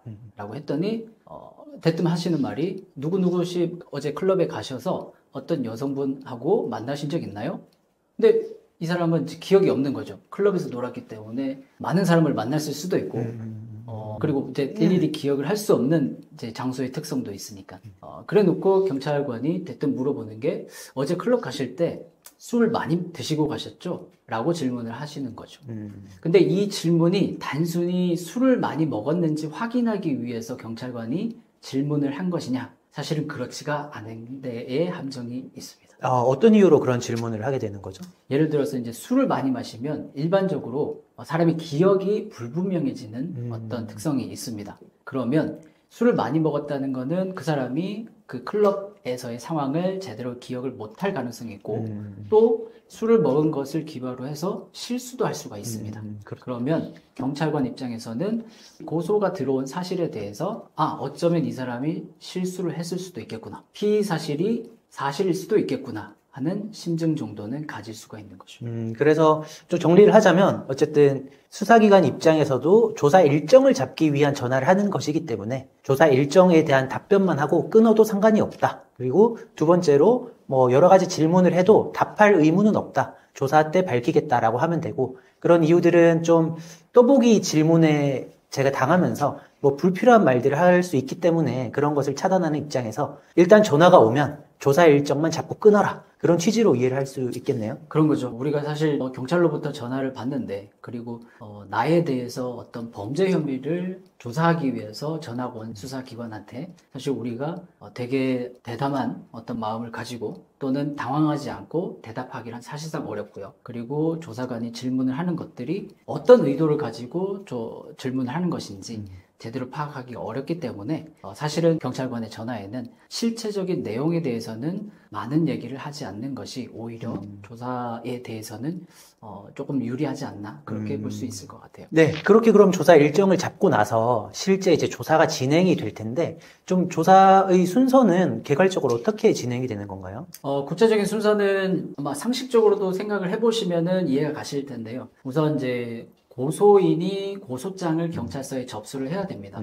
그럼 이제 고소장이 경찰서에 들어갈 거고요. 그 담당 수사관이 배정이 되고 고소장을 검토한 뒤에 이제 고소인 조사를 먼저 하게 됩니다. 그러니까 어떤 고소 사실로 고소장을 접수한 건지 이제 명확하게 들어보기 위해서 고소인 조사를 진행을 하고 그 이후에 피의자를 이제 특정을 하게 되고요. 그리고 피의자에게 연락을 해서 마찬가지로 피의자 조사를 진행을 하게 됩니다. 그리고 피의자 조사까지 다 진행이 됐다고 하면 그때까지의 사건 기록으로 담당 수사관이 사건을 검토하시고 그리고 혐의가 있는지 없는지를 판단하여서 수사 결과 통지를 하게 됩니다. 그렇다면 고소인의 입장에서도 조사를 한번 하고 피고소인의 입장에서도 조사를 한번 하게 될 텐데 고소인의 입장에서 주의해야 할 사항과 피고소인의 입장에서 주의해야 할 사항이 조금 다를 것 같거든요. 조금의 포인트가 다르다고 보시면 될 것 같아요. 고소인의 경우에는 이제 본인이 이제 고소를 하기 때문에 명확하게 어떤 고소 사실인지를 밝혀줄 필요가 있어요. 그러니까 수사관은 사실 이제 그 사건의 현장에 있지도 않았고 그리고 제3자이기 때문에 사실 그 사건에 대한 이해도가 낮은 상태예요. 그러면 그 사건의 당사자인 고소인이 사건의 이제 경위 부분을 설명을 하고 그리고 사건 발생 당시에 도대체 어떤 일이 일어났는지 그것을 설명을 명확하게 해줄 필요가 있는 거죠. 그래서 진술의 명확성 그 부분이 아마 주의해야 될 포인트인 것 같아요.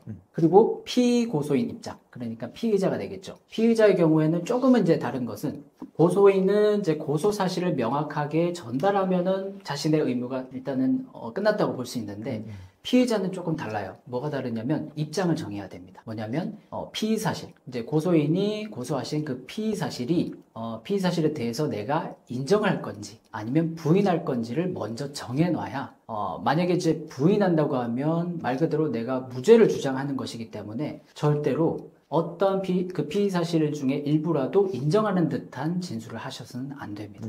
그런 측면이 있기 때문에 입장을 정할 필요가 있고 만약에 인정을 할 이제 피의 사실이라고 하면 피의 사실은 인정을 하되 내가 구체적인 사정이 있었기 때문에 불가피하게 이렇게 피의 사실을 저질렀습니다. 그러므로 이런 여러 가지 정상 참작 사유라고 하죠. 그런 것들을 참작을 해서 선처해 주시기 바랍니다. 라는 입장을 전달을 해야 되기 때문에 사실 이 두 입장은 굉장히 다른 대척점에 있는 입장이라고 보여지기 때문에 이거는 조사 일정이 들어가시기 전에 입장을 정해서 말씀을 전달을 해야 될 것 같습니다. 그렇게 이제 조사에 그럼 대응을 해야 될 텐데 최근 이제 검경 수사권 조정이 되면서 또 경찰이 이제 수사의 종결권을 갖게 되었잖아요. 네. 그래서 경찰 조사에 대응하는 게 굉장히 중요해졌을 것 같은데 어떤가요?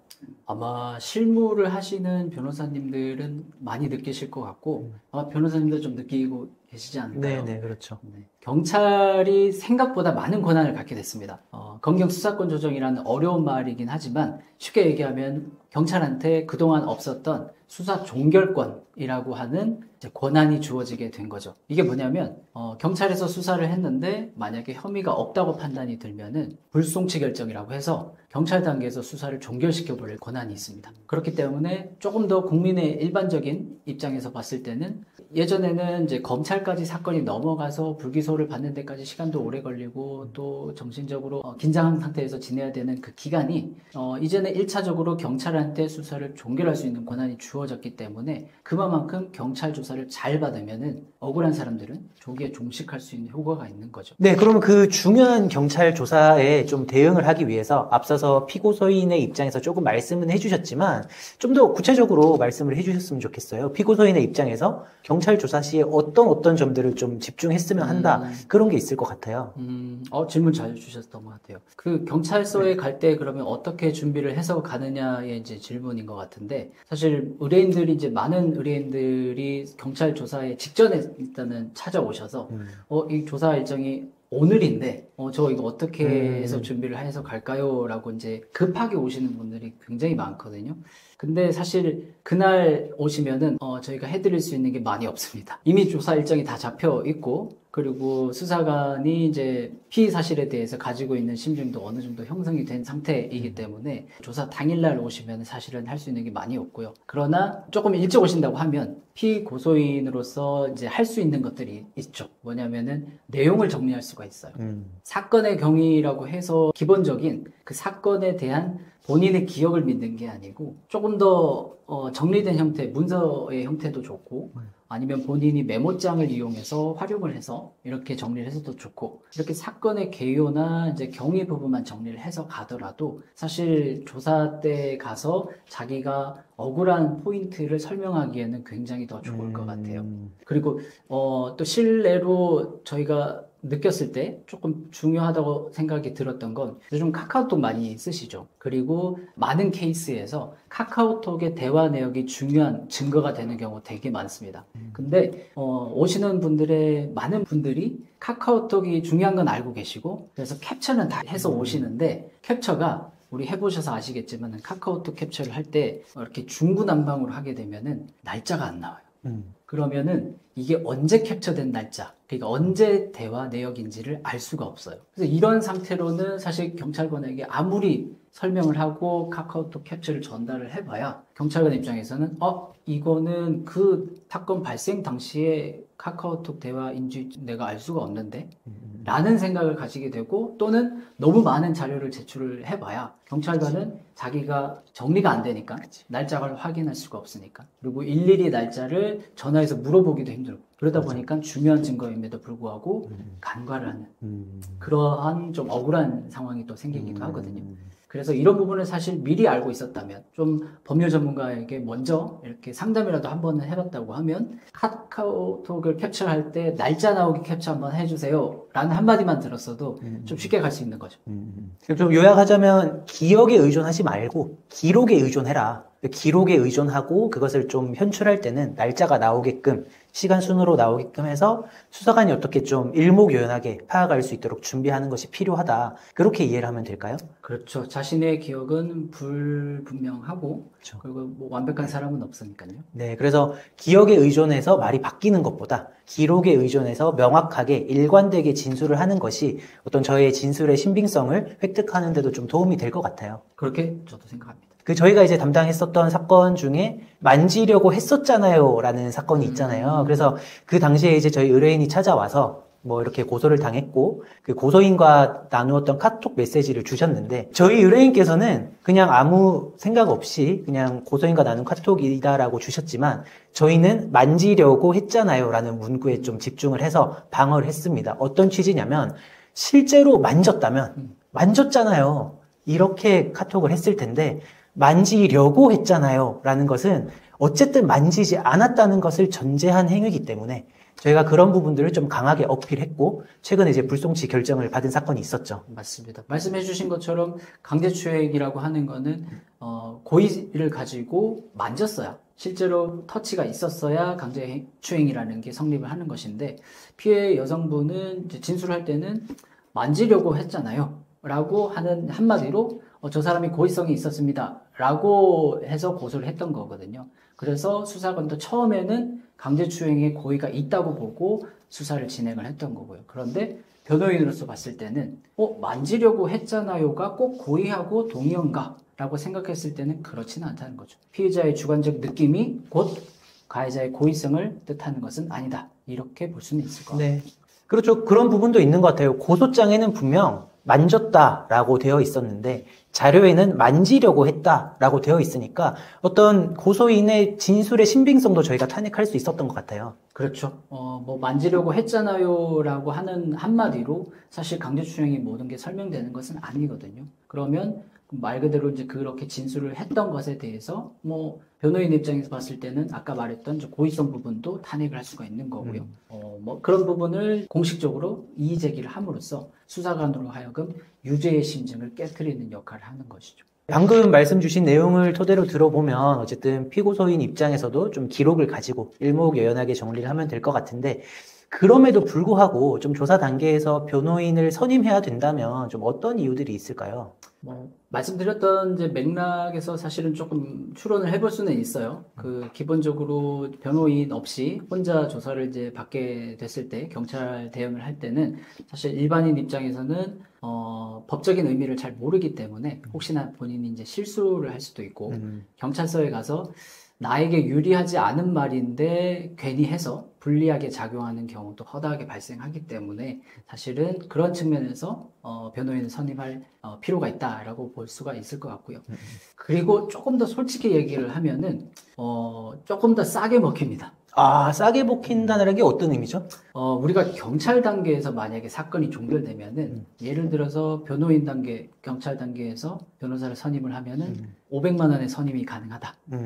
그러면 사건이 끝나면 500만 원에서 끝나요. 그렇죠. 근데 만약에 이 사건이 검찰 단계, 법원 단계까지 넘어가게 되면은 500만 원에서 끝날 사건이 1000만 원, 1500만 원 넘어가는 경우가 사실 그런 경우 많거든요. 예를 들어서 무죄를 다툼을 하는 사건에 사실 법률 비용인 변호사의 쓰는 시간과 품에 이제 비례를 하는 이제 비용의 구조인데, 아무래도 시간이 늘어나다 보면 비용이 늘어나는 거죠. 그래서 제가 만약에 이제 의뢰인의 입장이라고 하면 비용을 이제 많이 들일 비용보다는 좀 싸게 먹힌다고 하면 좀 더 가성비가 좋지 않을까. 사건이 장기화될수록 법률 비용도 늘어나니까 사건을 조기에 종결할 수 있도록 경찰 단계에서 일단 선임하는 것이 좋다라는 의미인 거죠? 네, 제가 굉장히 좀 저렴하게 표현을 했는데 굉장히 고급스럽게 표현을 해주셨네요. 이런 이유가 있기 때문에 조금 기왕이면 조금 위기에 처해 있다라고 생각이 드시면은 차라리 초기에 조기 대응을 해서 사건을 종결시키는 걸 목표로 하시는 게, 그게 조금 더 의뢰인 입장에서는, 그리고 일반인의 입장에서는 조금 더 리스크를 줄이는 최선의 대응이 아닐까, 그런 생각을 좀 해봅니다. 네, 그러면 경찰 단계에서 변호인을 선임함으로써 조금 사건이 빠르게 종결되었다거나 그런 사례들을 좀 소개해 주실 수 있을까요? 많죠. 사실 굉장히 많은데 예를 하나 드리고 싶은 거는, 사실 제일 애매한 사건이 성범죄 사건이 사실 제일 애매해요. 왜냐하면 성범죄라고 하는 게 특히나 요즘 이제 추세하고도 관련이 있는 것 같아요. 어떤 이제 즉석 만남을 한다든지, 또 아니면 이제 연인 간의 관계라든지, 사실 남녀 관계에서 뺄 수 없는 문제가 동의를 얻어서 스킨십을 했느냐의 문제가 사실은 좀 발생을 하게 되거든요. 그렇죠. 그런데 많은 경우에 있어서 스킨십을 할 때까지는 사실 아무 문제가 일어나지 않아요. 그때 문제가 일어났으면 아마 112 신고를 해서 바로 철컹철컹을 하겠죠. 네, 그런데 항상 일은 그 이후에 일어나게 돼요. 이미 이제 잘 만남을 끝냈고 그렇게 이제 아무 일 없다고 생각을 했는데, 그 다음날 경찰서에서 대뜸 전화가 오게 됩니다. 그래놓고 누구누구 씨가 강제추행으로 고소를 하셨습니다. 이렇게 하면서 이제 시작이 되는 거죠. 그런데 이 동의를 했느냐 하지 않았느냐 부분은 사실 굉장히 개인적인 주관적인 느낌과도 관련이 있기 때문에 자칫 잘못하면 경찰 단계에서 끝날 수 있는 사건이 검찰 단계, 법원 단계로 넘어갈 수도 있는 거죠. 그래서 동의를 얻었느냐의 부분에 대해서 경찰 단계에서 잘 설명만 한다고 하면 사건은 사실 동의하에 스킨십을 한 것으로 강제추행은 아니거든요. 그러면 경찰 단계에서 끝날 수가 있는 거죠. 그리고 그런 부분도 있는 것 같아요. 어쨌든 조사를 할 때 수사기관들이 좀 유도신문 이런 것들을 하잖아요. 그래서 유도신문에 어떻게 좀 대응을 하기 위해서 변호인의 조력이 좀 많이 도움이 될 것 같은데 좀 그런 사례들은 없었나요? 가령 뭐 스토킹 사건이라든지 그런 사건에서는 유도신문들이 많이 일어날 것 같거든요. 예를 들어서 이제 남녀가 연인 관계였어요. 그런데 헤어지고 나서 자기 짐들이 정리가 안 됐으니까 남자친구가 그 전 여자친구의 집에 있던 자기 물건을 가지러 들어간 거예요. 그런데 그 여자친구가 고소를 했어요. 주거침입 또는 자기를 스토킹했다. 라는 이유로 이제 고소를 한 거죠. 이때 경찰서에 갔을 때 조사관이 물어봅니다. 당신 그 여자친구랑 헤어졌는데 그 집에 왜 들어갔어요? 저는 제 물건을 가지러 간 거예요. 근데 헤어졌지 않습니까? 근데 뭐 헤어진 건 맞지만 제 물건을 찾아야 되니까 간 거죠. 그러면 전 여자친구는 기분이 나빠했을 수도 있겠네요? 뭐 그럴 수는 있을 것 같아요. 네. 축하합니다. 스토킹입니다. 아, 그렇게 되는 건가요? 이렇게 스토킹 행위가 하나 형성이 될 수도 있습니다. 상대방의 의사에 반했지만 그럼에도 갔다라는 사실을 제가 인정한 모습이 되는 거군요. 그러니까 사실은 이게 굉장히 일반인 입장에서는 아무 의심 없이 대답을 할 수 있는 질문이거든요. 근데 사실 수사관은 그 질문을 했을 때는 의도를 가지고 있는 거죠. 기분이 나빠했었던 거를 예견하면서도 그 집에 들어갔다. 또는 찾아갔다라고 하는 것이고 이게 바로 스토킹 행위의 법률적인 어떤 해석이 가능한 행위입니다. 그러면 그런 이제 유도신문을 할 때 변호인 옆에서 조력을 할 수 있을 것 같아요. 뭐 메모를 한다든지. 사실 나의 물건을 찾으러 간다라는 것은 정당한 이유가 있는 행위긴 하잖아요. 그렇죠. 사실 이제 말씀 잘해주신 게 변호인이 옆에서 조력을 한다는 것만으로도 사실은 유도신문의 횟수가 상당히 줄어듭니다. 왜냐하면 유도신문은 법적으로 엄밀하게 따지면은 수사 기법 중에 유도신문을 할 수 없게 되어 있어요. 유도신문과 아닌 것에 애매한 영역이 이제 있는 질문들이 많은데 그러한 영역의 질문들이 현재 좀 줄어드는 효과가 있는 거죠. 그리고 혹여라도 그런 유도신문이 들어왔다고 하더라도 현장에서 변호인의 권리로 수사에 부적절한 어떤 질문의 행태나 이런 것들이 발견된다고 하면 이의 제기를 할 수가 있는 거죠. 또 이의 제기도 할 수 있고 어쨌든 법률적으로 우리 의뢰인의 어떤 행동이 타당하다라는 것을 그때 말함으로써 또 조서에도 그렇게 남기게 되는 거죠. 그렇죠.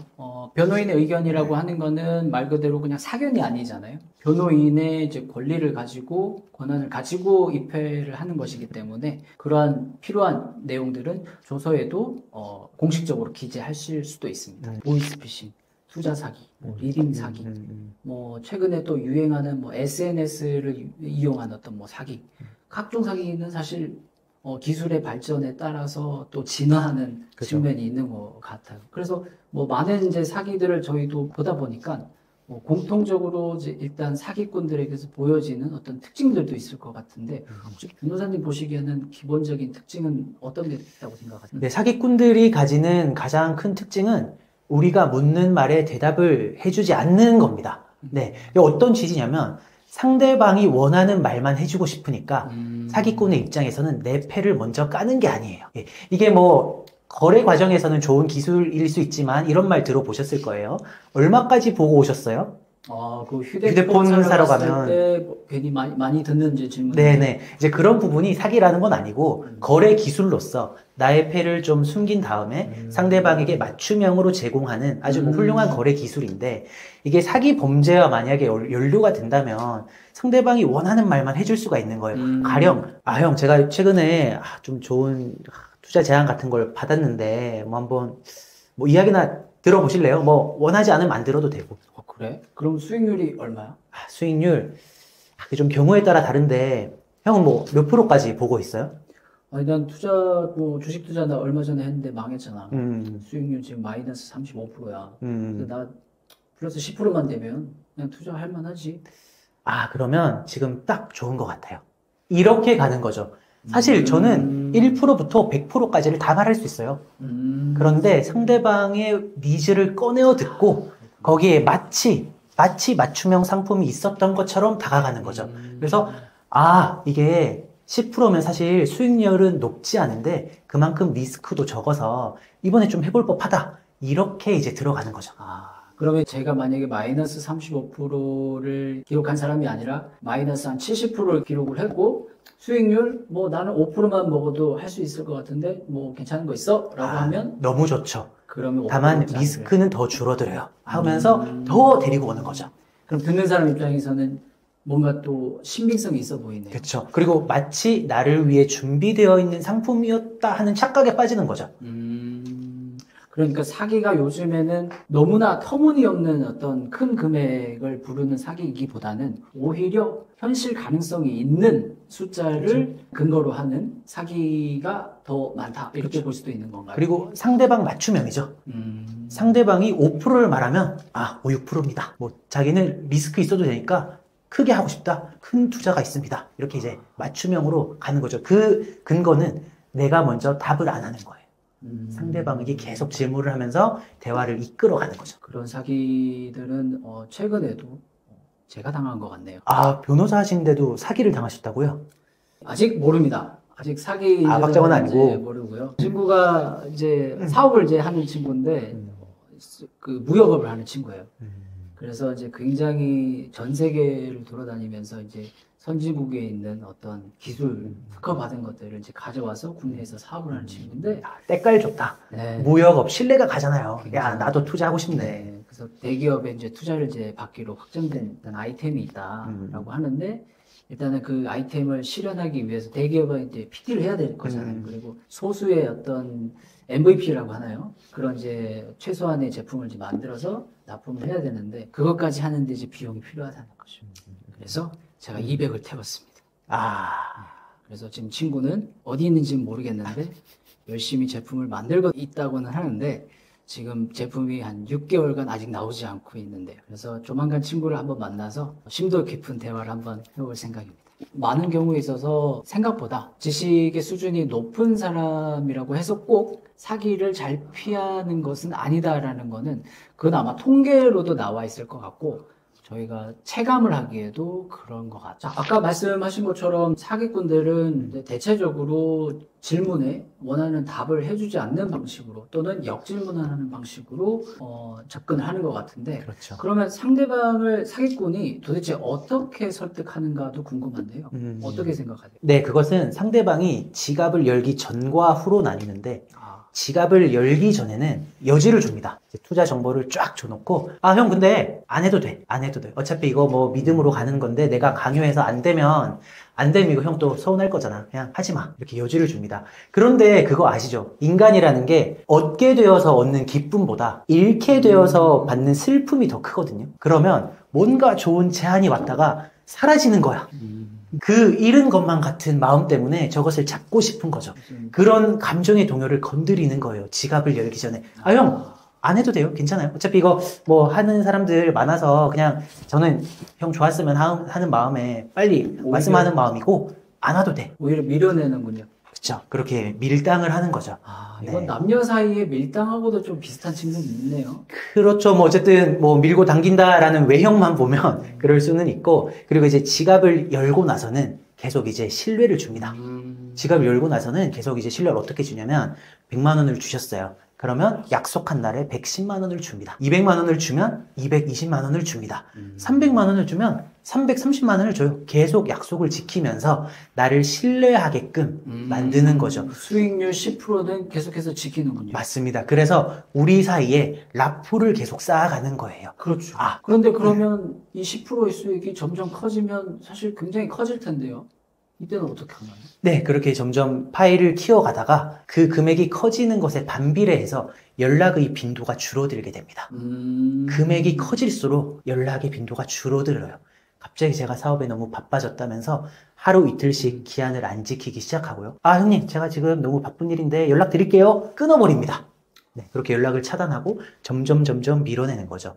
오히려 이게 좀 또 연애 관계라고 말씀을 해주셔서 그런데 처음에는 막 불타올랐다가 막 연락이 이제 뜨문뜨문해지는 것 마냥 금액이 커질수록 이제 연락의 빈도를 줄여가는 거죠. 그렇군요. 그러면 결국에는 더 많은 투자금을 얻기 위한 어떤 이제 수단으로서 이렇게 수익률을 지키다가 결국에 사기꾼이 원하는 정도의 투자금 거액을 받게 되면은 그때부터는 차입힐 시간을 미루고 맞습니다. 투자금을 돌려주지 않는다. 맞습니다. 이런 방식으로 진행이 된다는 것이죠. 네, 그렇습니다. 초반에 라포를 형성할 때는 사기를 인지하기가 쉽지는 않은 것 같은데 그럼에도 불구하고 사기에 넘어가는 이유는 뭘까요? 네, 사기에 넘어가게 되는 이유는 이제 상대방에 대한 신뢰 때문인 거죠. 그럼 이제 뭐 투자 사기라고 한다면 가령 지인이다. 나는 저 친구가 거짓말을 할 거라고 생각을 못 했기 때문에 그렇게 속게 되는 경우들도 있고, 그리고 뭐 지갑을 열기 전 단계라면 이제 저 사람의 뭐 동향, 일상생활 이런 것들을 이제 볼 거잖아요. 그래서 또 그런 사람들의 특징이 일상생활은 또 아주 화려합니다. 또 인스타 스토리 이런 것들을 보면 아, 잘 살아요. 또 뭐 비싼 술 먹고 어디 근사한 레스토랑에서 다 올리고 또 뭐 멋진 시계, 뭐 좋은 차 이런 걸 올립니다. 그렇다면 저의 내심에는 돈을 빌려줘서 혹시나 사고가 나더라도 저 사람은 재력이 있으니까 내가 돈을 받을 수 있겠다라고 안심을 하게 되는 거죠. 혹시 그런 사람들 인스타에서 내가 잘 모르는 사람인데 친구 추가를 이제 하시는 분들 중에 항상 보면 좋은 여행지에 가서 여행하시고 굉장히 화목한 두 자녀를 둔 엄마로서 동탄맘 또는 무슨 어디맘 이런 이제 이름을 달고 그럼 지역적인 표현은 약간 위험한 것 같고요. 어쨌든 그런 이제 뭐 삐 네, 지역맘 그래서 뭐 예시를 드신 것 그래서 같은데 어쨌든 그런 이제 인스타그램을 통해서 좀 자기의 생활을 이제 과시하는 분들이 좀 생활을 아름답게 꾸며놓고 뭐 메시지를 보내는 경우가 있겠죠. 그런데 속으면 안 됩니다. 그 인스타그램의 스토리에 멋진 삶에 다 나와 있다고 해서 그 사람 소유의 물건인지 뭐 어떻게 구한 건지 진품인지 가품인지 알 방법이 없잖아요. 그래서 그런 것들을 이제 쉽사리 믿으면 안 될 것 같고요. 뭐 어쨌든 사기인지 아닌지 판단을 하기보다는 어떤 너무 좋은 기회가 나에게만 찾아오는 일은 없습니다. 그런 투자처는 없습니다.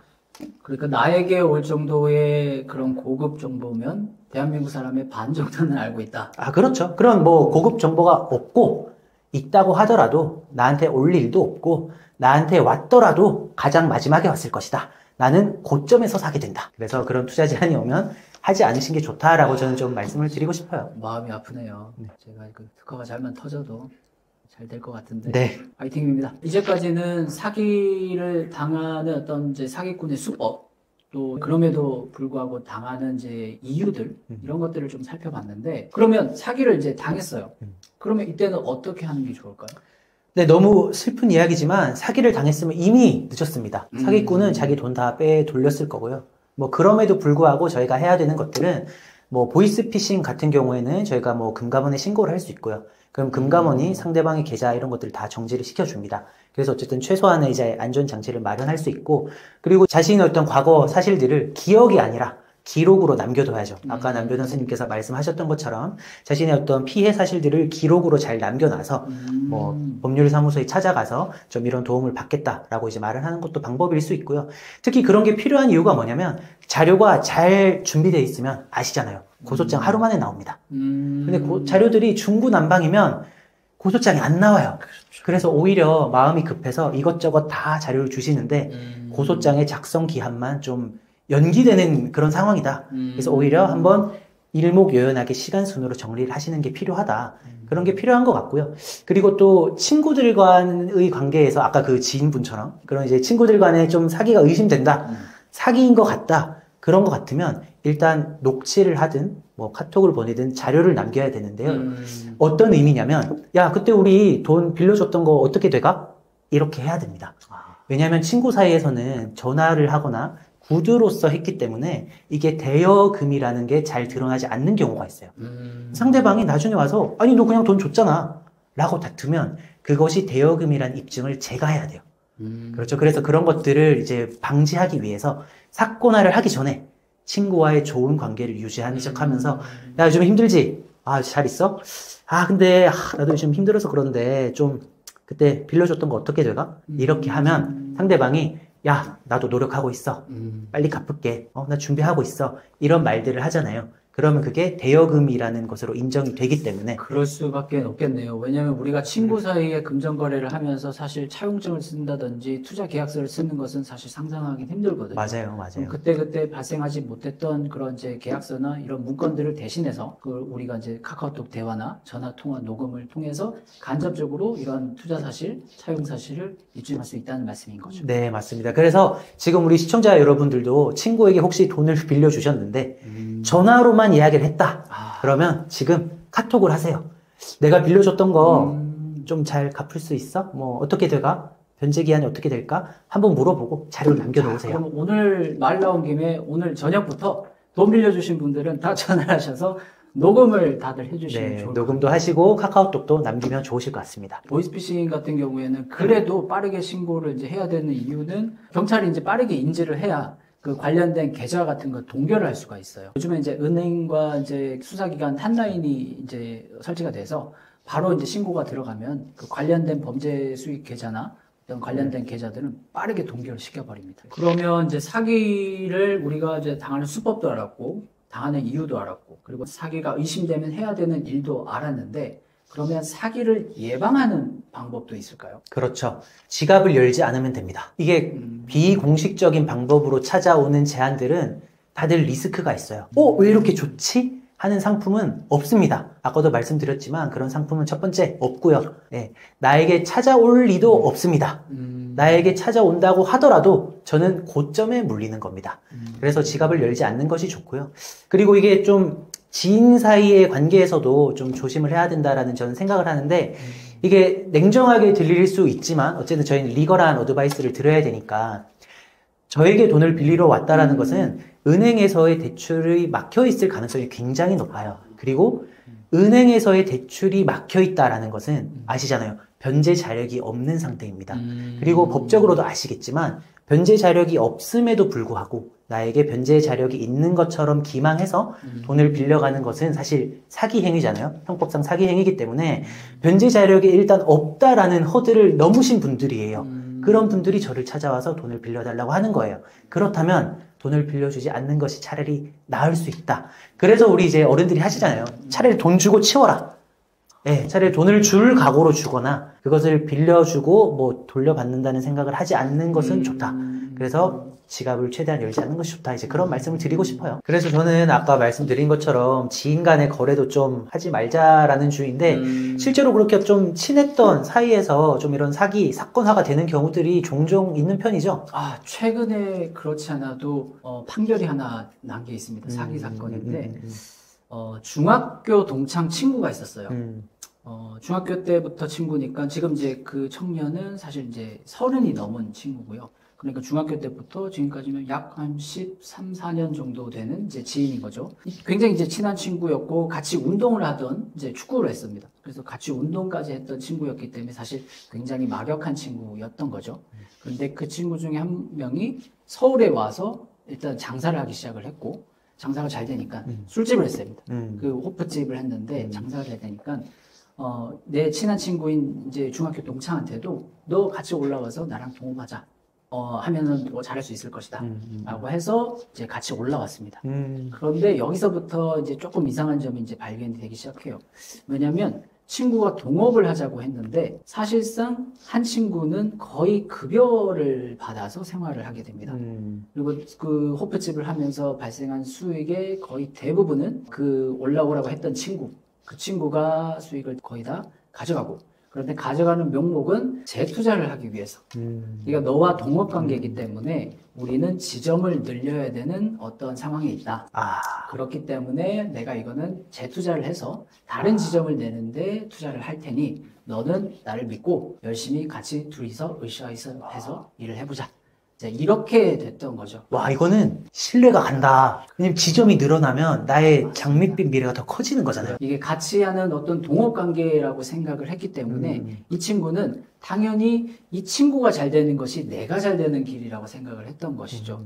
그렇기 때문에 열심히 정말 호프집이 거의 새벽 5시, 6시까지 이렇게 운영을 했는데 올라왔던 그 친구가 거의 도맡아서 했던 거죠. 알바도 안 쓰고요. 그렇게 열과 성을 다해서 이제 일을 했는데 어느 날 이제 그 지점을 낸다고 했던 그 친구가 타 지역에 지점을 낸다고 이제 가게 됩니다. 그런데 그때부터 연락이 잘 되지 않아요. 아, 그죠. 금액이 커지면 연락의 빈도가 줄어듭니다. 네. 연락이 잘 되지 않고, 그리고 이 친구가 가게의 어떤 운영 자금이나 이제 대출이라고 하죠. 사업자 대출을 내는데 이 친구의 이름으로 대출을 받았어요. 근데 그 이후에 타 지점 된다고 다른 친구는 가버린 거예요. 근데 그 이후에 연락이 되지 않고. 그러면서 이 친구가 연락을 하면 갑자기 이 친구가 불치병에 걸렸다는 병원에 메시지가 오게 됩니다. 그래서 어느 병원인데 불치병에 걸렸기 때문에 옆에 이제 간호를 하는 이제 담당자가 대신해서 문자를 보냅니다. 라고 해서 양해 바란다는 식의 나중에 연락을 하겠다라는 취지로 이 문자가 오고, 그 다음에는 또 문자가 오는 게 사채업자한테서 문자가 옵니다. 근데 사채업자라고 하면서 하는 얘기는 이분이 지금 이 지점을 내기 위해서 사채를 이제 이 친구분이 쓰셨는데 갚지 못해서 감금하고 있습니다. 그렇기 때문에 이 친구분을 꺼내기 위해서는 이제 일정 부분의 1,000만 원 비용이 든다. 그래서 이 비용을 납부를 하면 바로 풀어주겠다.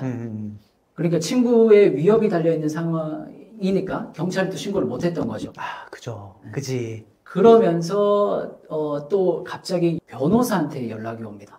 그러면서 하는 말이 이 감금 사건에 대해서 수사를 하는 경찰과 공조를 해서 지금 이 친구를 뒤를 봐주고 있으니 나에게 변호사 수임료를 달라고 합니다. 이렇게 해서 이 친구는 친구를 살려야겠다는 일념도 있고, 나와 동업관계에 있는 이 친구가 잘 돼야 내가 잘 되는 것이니까 금전을 줄 수밖에 없었어요. 그렇게 해서 합해진 총계 금액이 2억이 넘습니다. 20대 중반에 대출까지 받아서 2억이 넘는 돈이 하루아침에 사라지게 된 거죠. 그래서 그 판결의 결과는 어떻게 되었나요?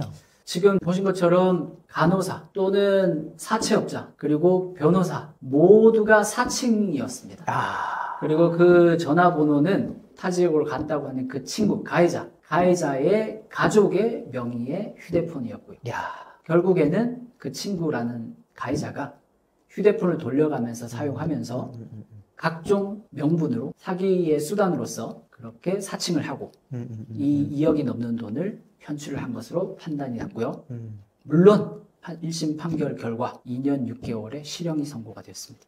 형, 근데 뭐 그런 이야기를 들었지만 저 진짜로 사업을 좀 이제 하려고 하는데 저 뭐 투자금 좀 넣어 주시겠어요? 한 뭐 1,000만 원 정도면 제가 잘 불려 볼게요. 그래요? 수익률이 얼마나 되나요? 이게 뭐 제가 이제 사업 디벨롭 단계 따라 다른데 몇 프로 정도 생각하세요? 나 아까 마이너스 25%라 얘기해 35% 얘기했잖아. 난 한 10%만 보장해주면 돼. 딱 그 정도입니다. 제가 10%는 못 맞춰드리는데 9%까지 맞춰드릴게요. 잠깐만. 자, 녹음 양켰는데 다시 한번 얘기해봐. 네, 이렇게 녹음을 하셔야 됩니다. 저희가 이제 최근에 사실 이슈됐던 사건들 중에 소년범과 관련된 사건들도 상당히 많았던 것 같아요. 좀 궁금한 게 용어들이 어렵더라고요. 여기서 촉법소년, 정확하게 어떤 뜻인지 좀 헷갈리는데 변호사님 설명 한번 해주실 수 있을까요? 네, 촉법소년이라는 단어가 법률상 정의되어진 그런 단어는 아니에요. 아시겠지만 법률에는 정의 규정이 있잖아요. 그래서 촉법소년이라 함은 어떻게 한다라는 규정은 없어요. 다만 촉법소년이라는 표현은 어떤 법률에 따른 이제 소년범들을 처벌하는 효과들에 따라서 이제 분류를 하기 위해서 편의상 그렇게 표현하는 것이고요. 네, 통상적으로 법률의 기준에 따라서 달라지는데 이게 기준이 되는 법률은 형법과 소년법이에요. 그래서 소년법에서는 우리 이제 인간의 나이 중에서 19세 미만인 자들을 소년이라고 표현을 하고 있고요. 그리고 형법을 보면 14세 미만의 자는 벌하지 아니한다라는 규정이 있어요.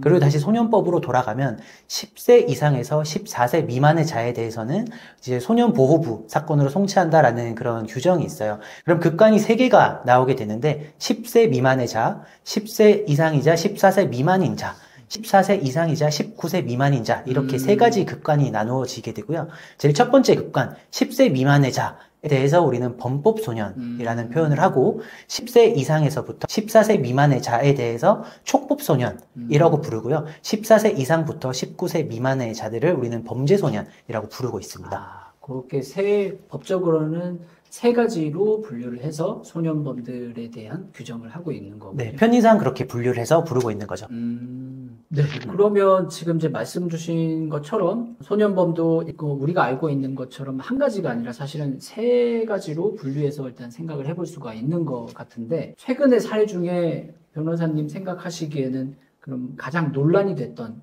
촉법소년 사건 어떤 것들이 있을까요? 네, 촉법소년과 관련된 사건들 중에 가장 좀 이슈가 됐었던 사건은 그 10대 촉법소년들이 자동차를 운전해서 배달을 하는 청년 기사를 치였고 그래서 그 기사를 사망하게끔 했던 사건이 좀 많이 이슈가 됐었습니다. 그래서 뭐 두 가지죠. 이제 무면허 운전 그리고 어쨌든 피해자가 사망을 했음에도 불구하고 형사처벌을 받지 않았어요. 아까 말씀드렸지만 촉법소년은 14세 미만이었기 때문에 형사처벌을 받지 않고 다만 소년법의 적용을 받아서 이제 소년부로 사건이 넘어가서 행정처분을 받게 된 거죠. 그리고 이 사건이 또 이제 문제가 되었던 건 뭐냐면 그 당해 사건에 이제 가해 촉법소년들이 다시 또 누군가를 폭행을 하면서 또다시 입건이 되고 그리고 촉법소년이라서 또 보호처분을 받고 이제 그런 좀 문제가 있었습니다. 그러면 촉법소년이라는 이유만으로 형사처벌이 면제가 되고 그 촉법소년은 범죄를 저질렀는데 처벌을 안 받으니까 다시 학교로 돌아와서 또 다른 범죄를 일으키고 악순환이 지금 반복이 되는 걸로도 볼 수 있겠네요. 네, 맞습니다. 그래서 이제 촉법소년의 연령 하한을 좀 낮춰야 된다 이런 이제 형법 개정안이 실제로 올라갔었고요. 다만 이제 대법원이나 법무부에서는 어떤 촉법소년의 연령을 하향하는 게 조금 적절하지 않은 것 같다라고 말을 하면서 그 이유로는 이제 사건들을 심리하다 보니까 그렇게 사건을 일으키는 촉법소년들이 좀 정신적 아픔도 있었던 것 같고 뭐 가정으로부터 뭐 사랑을 받지 못해서 좀 삐뚤게 자란 경우들도 있었던 것 같다.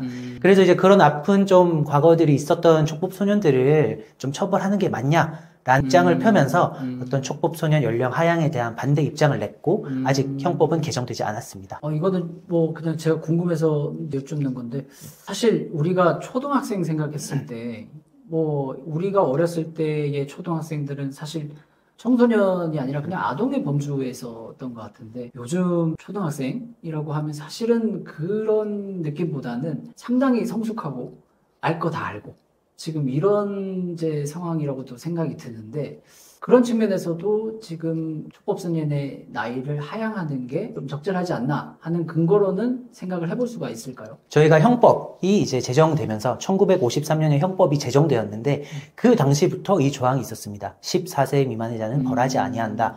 그런데 과연 1953년의 14세 미만의 자들과 지금 2025년의 14세 미만의 자들이 과연 같은지에 대해서는 저조차도 좀 의문이 들어요. 좀 뭐 가벼운 말이지만 요즘 초등학생들 저보다 키 큰 애들도 많아요.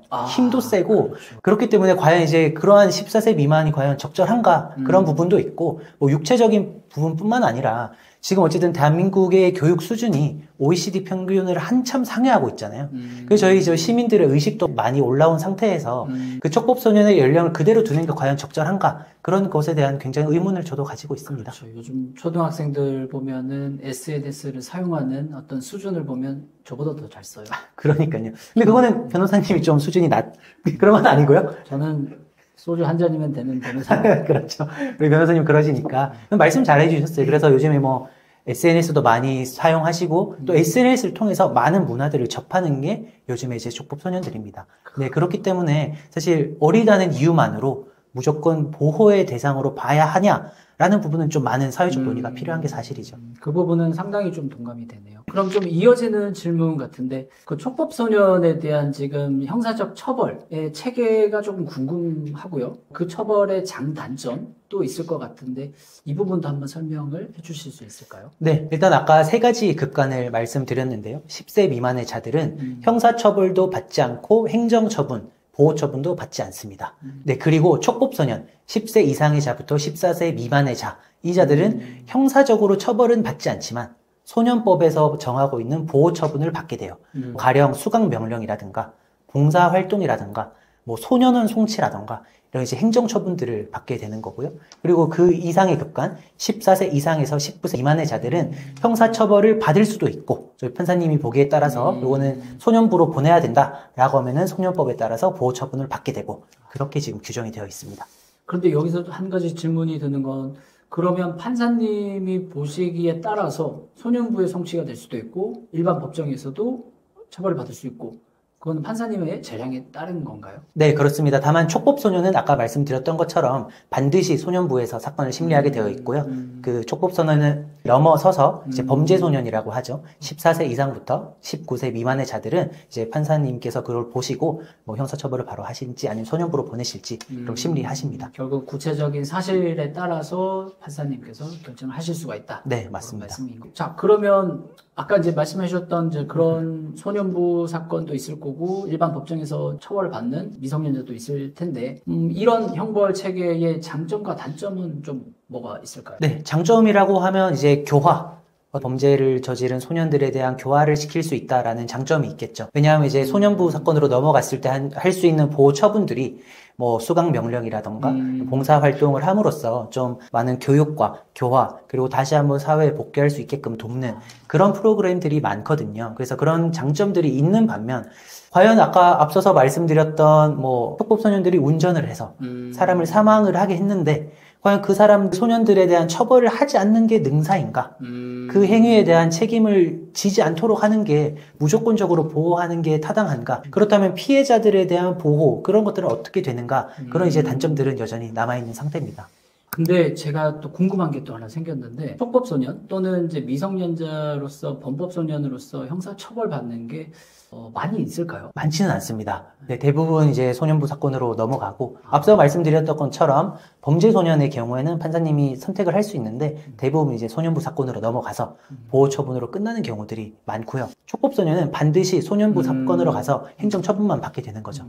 야, 근데 이제 저희가 뭐 이거는 이제 여담입니다만은 제가 어렸을 때는 사실 학교에서 싸움을 하면은 마치 이제 운동장에 학생들이 이제 동그랗게 서서 이렇게 링을 만들어주고 일기토를 했죠. 오히려 그렇죠. 굉장히 이게 이제 일기토를 하죠. 학교에서 흔한 어떤 현상 중에 하나로 이제 서열을 가리긴 해야 되니까. 그러니까요. 그래서 공식적으로 조금 인정을 해주고 이 싸움을 하는 거를 이제 구경을 하고.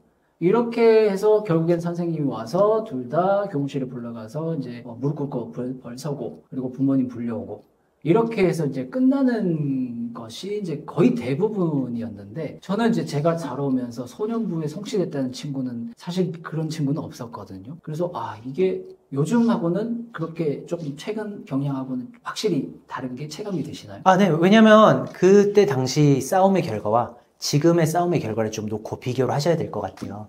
왜냐면 그때 당시에는 싸워봐야 멍들고 끝납니다. 물론 멍드는 것도 피해자 입장에서 너무 아픈 행위고 잘못된 행위지만 어쨌든 비교를 위해서 말씀드리는 거니까 지금은 그 수법이 너무 잔인해지고 있어요. 뭐 SNS로 조리돌림을 한다든지 그런 것들 하면서 좀 더 잔혹해지고 있기 때문에 과거에는 뭐 그냥 소년부나 이런 문제 없이 좀 우야부야 이제 넘어갈 수 있었겠습니다만 물론 그 과거의 세태도 잘못했죠.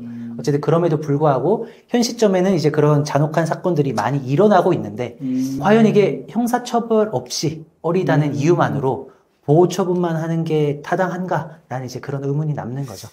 그러면 변호사님은 학창시절에 가장 마지막으로 싸웠던 기억이 언젠가요? 저는 모범생으로 살아왔습니다. 네, 한 번도 일기토를 하신 적은 없어요? 네, 저는 일기토를 하지 않고 맞고 살았습니다. 그렇군요. 저희 때는 이제 한창 유행했던 제 고등학교 1학년 때 가장 유행했던 드라마가 야인시대였어요. 그래서 그때는 하루 걸러 하루씩 대결이 펼쳐졌어요. 이제 구마적이 신마적과 싸울 때의 시청률이 이제 폭발을 했잖아요. 그 이후에는 꼭 뒤에 같은 구도에서 일기토가 벌어집니다. 그쵸. 네, 그 친구들 여전히 잘 먹고 잘 살고 있고, 그 생각만큼 그런 이제 피해들은 없었던 것 같은데, 그럼에도 불구하고, 학교 폭력은 절대 안 되는 것이죠. 자, 그러면 지금 이제 촉법소년의 처벌에 대해서 이제 문제점이 발견이 된 것 같은데, 그 촉법소년의 연령을 하향해야 된다라는 주장에 대해서는 어떻게 생각하세요? 네, 뭐 저는 개인적으로 촉법소년, 형사적 처벌을 받아야 되는 그 촉법소년의 연령을 하향해야 된다라는 입장입니다. 다만 이제 좀 여러 가지 뭐 쟁점이 있을 수 있는 것 같은데 유엔 아동권리위원회에서 어떤 이제 형사 미성년자 또는 뭐 촉법 소년에 대한 이제 논평을 하면서 14세로 두는 것이 맞다. 14세 이상으로는 해야 된다. 그런 권고를 했던 사례가 있고요. 네, 그리고 비교법적으로 어떤 타 국가들과 좀 비교를 해본다면 좀 이런 부분들이 있는 것 같아요. 독일과 대만 같은 경우는 저희와 비슷합니다. 14세로 두고 있고요. 다만 뭐 미국과 싱가포르 같은 경우는 촉법 소년의 연령을 굉장히 하향하고 있어요. 미국은 다만 이제 주별로 다르긴 하지만 워싱턴주 같은 경우에는 8세 미만의 자는 처벌하지 않는 것으로. 바꿔 말하면 8세 이상은 일단 처벌 대상이 들어가는 거예요. 저희는 14세 미만이면 처벌받지 않지만 워싱턴은 8세 이상이면 형사처벌 대상이 됩니다. 다만 그것을 일률적으로 적용하진 않고 8세 이상임에도 불구하고 어떤 형사적인 책임에 대해서 인지를 못하는 정도의 소년이라면 벌하지 않는다라는 예시 규정을 두고 있는 거죠. 그러면 추세로 보면은 좀 선진국의 경우에는 우리나라보다는 조금 더 연령이 이제 낮은 현황 정도는 이제 파기된다. 네, 그런 나라들이 거죠? 있고요. 그리고 뭐 좀 특이사항입니다만 저도 이번에 조사하면서 알았는데 러시아 같은 경우는 굉장히 엄격하게 처벌할 것 같잖아요. 근데 러시아는 오히려 16세 미만의 자로 촉법 소년을 두고 있습니다. 오히려 저희보다 더 관대하게 보고 있는 거죠. 나라에서 처벌하지 않고도 방법이 있나 보죠. 자력구제를 믿고 저 법은 좀 개입을 하지 않겠다라는 취지일 수도 있지만 다만 이제 러시아도 또 나름의 이유는 있어요. 16세 미만의 자를 촉법 소년으로 하면서도 다만 살인, 테러 이런 범죄와 같은 경우에는 뭐 16세 미만의 자라도 형사처벌을 받을 수 있는 그런 예외 규정을 두고 있습니다. 자, 그러면 우리나라의 지금 논의도 이제는 촉법소년의 연령을 하향해야 되는가, 그리고 그게 정당한가에 대한 논의도 좀 필요할 것 같은데, 그 부분에 대해서 어떻게 생각하세요? 네, 맞습니다. 저도 어떤 촉법소년의 연령을 좀 하향할 필요가 있다라고 생각하고, 그 앞서 말씀드렸던 뭐 미국 워싱턴주와 같은 사례에서처럼 일률적으로 낮춰서 모두 다 처벌하자는 게 아니라, 일단 처벌의 가능성을 열어놓고 촉법소년의 연령을 하향시킴으로써 뭐 12세 미만의 자라도 뭐 11세 미만의 자라도 처벌 받을 수 있는 가능성을 열어놓고 다만 그럼에도 불구하고 그 어린 나이에 뭐 형사적 책임을 좀 알 수 없었다라는 그런 사정이 입증이 되면 네, 그때 처벌을 면해주는 것으로 그런 절충안으로 가는 방법이 있지 않나 네, 그런 생각을 좀 해봅니다.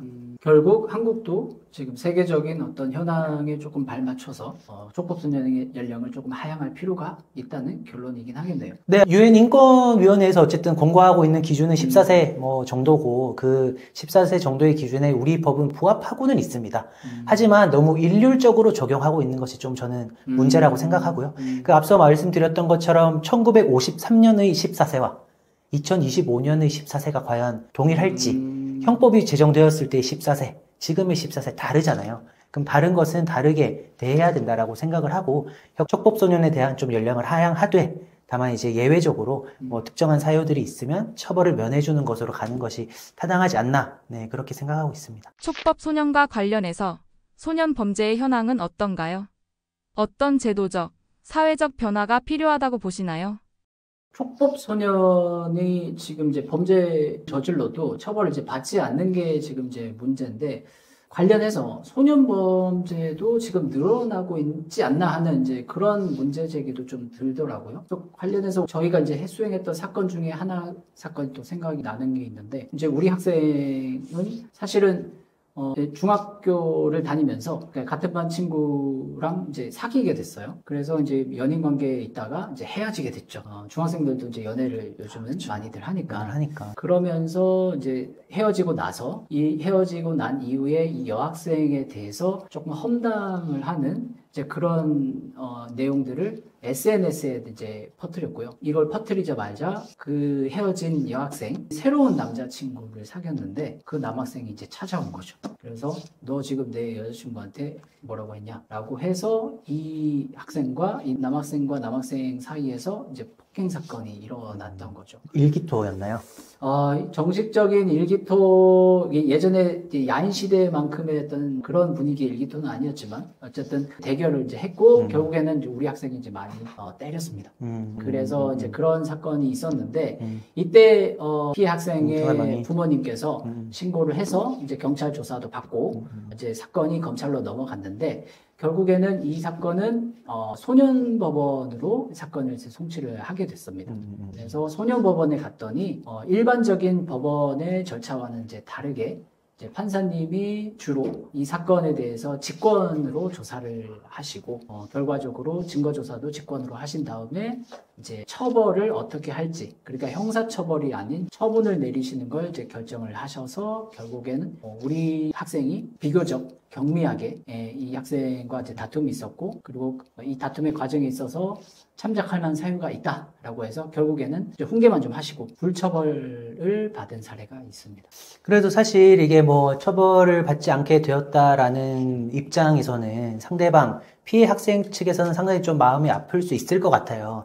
근데 다만 또 어떤 그런 가해자가 된 소년들의 입장에서 보면 이해는 됩니다. 뭐 가정으로부터 뭐 사랑을 받지 못한 경우들도 있고, 그럼 뭐 주위에 이제 자극적인 매체들로부터 노출이 되다 보니까 뭐 그런 생각을 했을 수도 있고, 그래서 이제 어떤 뭐 사회적 그리고 뭐 가정적으로 어떤 그런 방치되는 아이들이 없도록 하는 그런 제도적 뒷받침이 반드시 되어야 한다고 저는 생각을 하고요. 이게 입법으로까지 의무지어야 하는 일인지는 모르겠으나 독일에서는 실제로 그렇게 하고 있거든요. 독일에서는 어떤 부모가 그 촉법소년에 있는 자들이 범죄를 행하거나 범죄를 행할 우려가 있다고 판단되면 그 부모가 이제 훈육을 해야 하는데 그것을 방치하면 그 부모를 처벌하는 규정을 두고 있어요. 물론 우리 사회에도 그런 것들을 뭐 입법으로 의무화하자라는 주장까지는 아니지만 어쨌든 가정에서 그 아이를 방치하는 일이 없도록 그럼 제도적 지원이든 사회적 인식의 변화든 그런 것들은 좀 반드시 필요하다라고 생각합니다. 저희가 이제 형사 사건을 사실 많이 하는 법률사무소다 보니까 사실 굉장히 많은 범죄들을 다루게 되고 있어요. 많은 경우에 있어서 억울하신 분들이 많이 찾아오시게 되고, 저희가 이제 적절히 이제 법률적인 조언을 드리는데, 제일 안타까운 것은 이제 억울한 일을 겪으셨는데 그에 대한 증거가 없을 때가 굉장히 답답하고, 그리고 저희 입장에서 안타까운 상황인 것 같아요. 그래서 제가 팁을 하나 드리자고 하면, 사실 요즘 굉장히 많은 일들이 일어나고 국가적으로도 굉장히 어려운 상태다 보니까 각종 사건, 사고에 연루될 가능성이 어느 때보다 높은 것 같아요.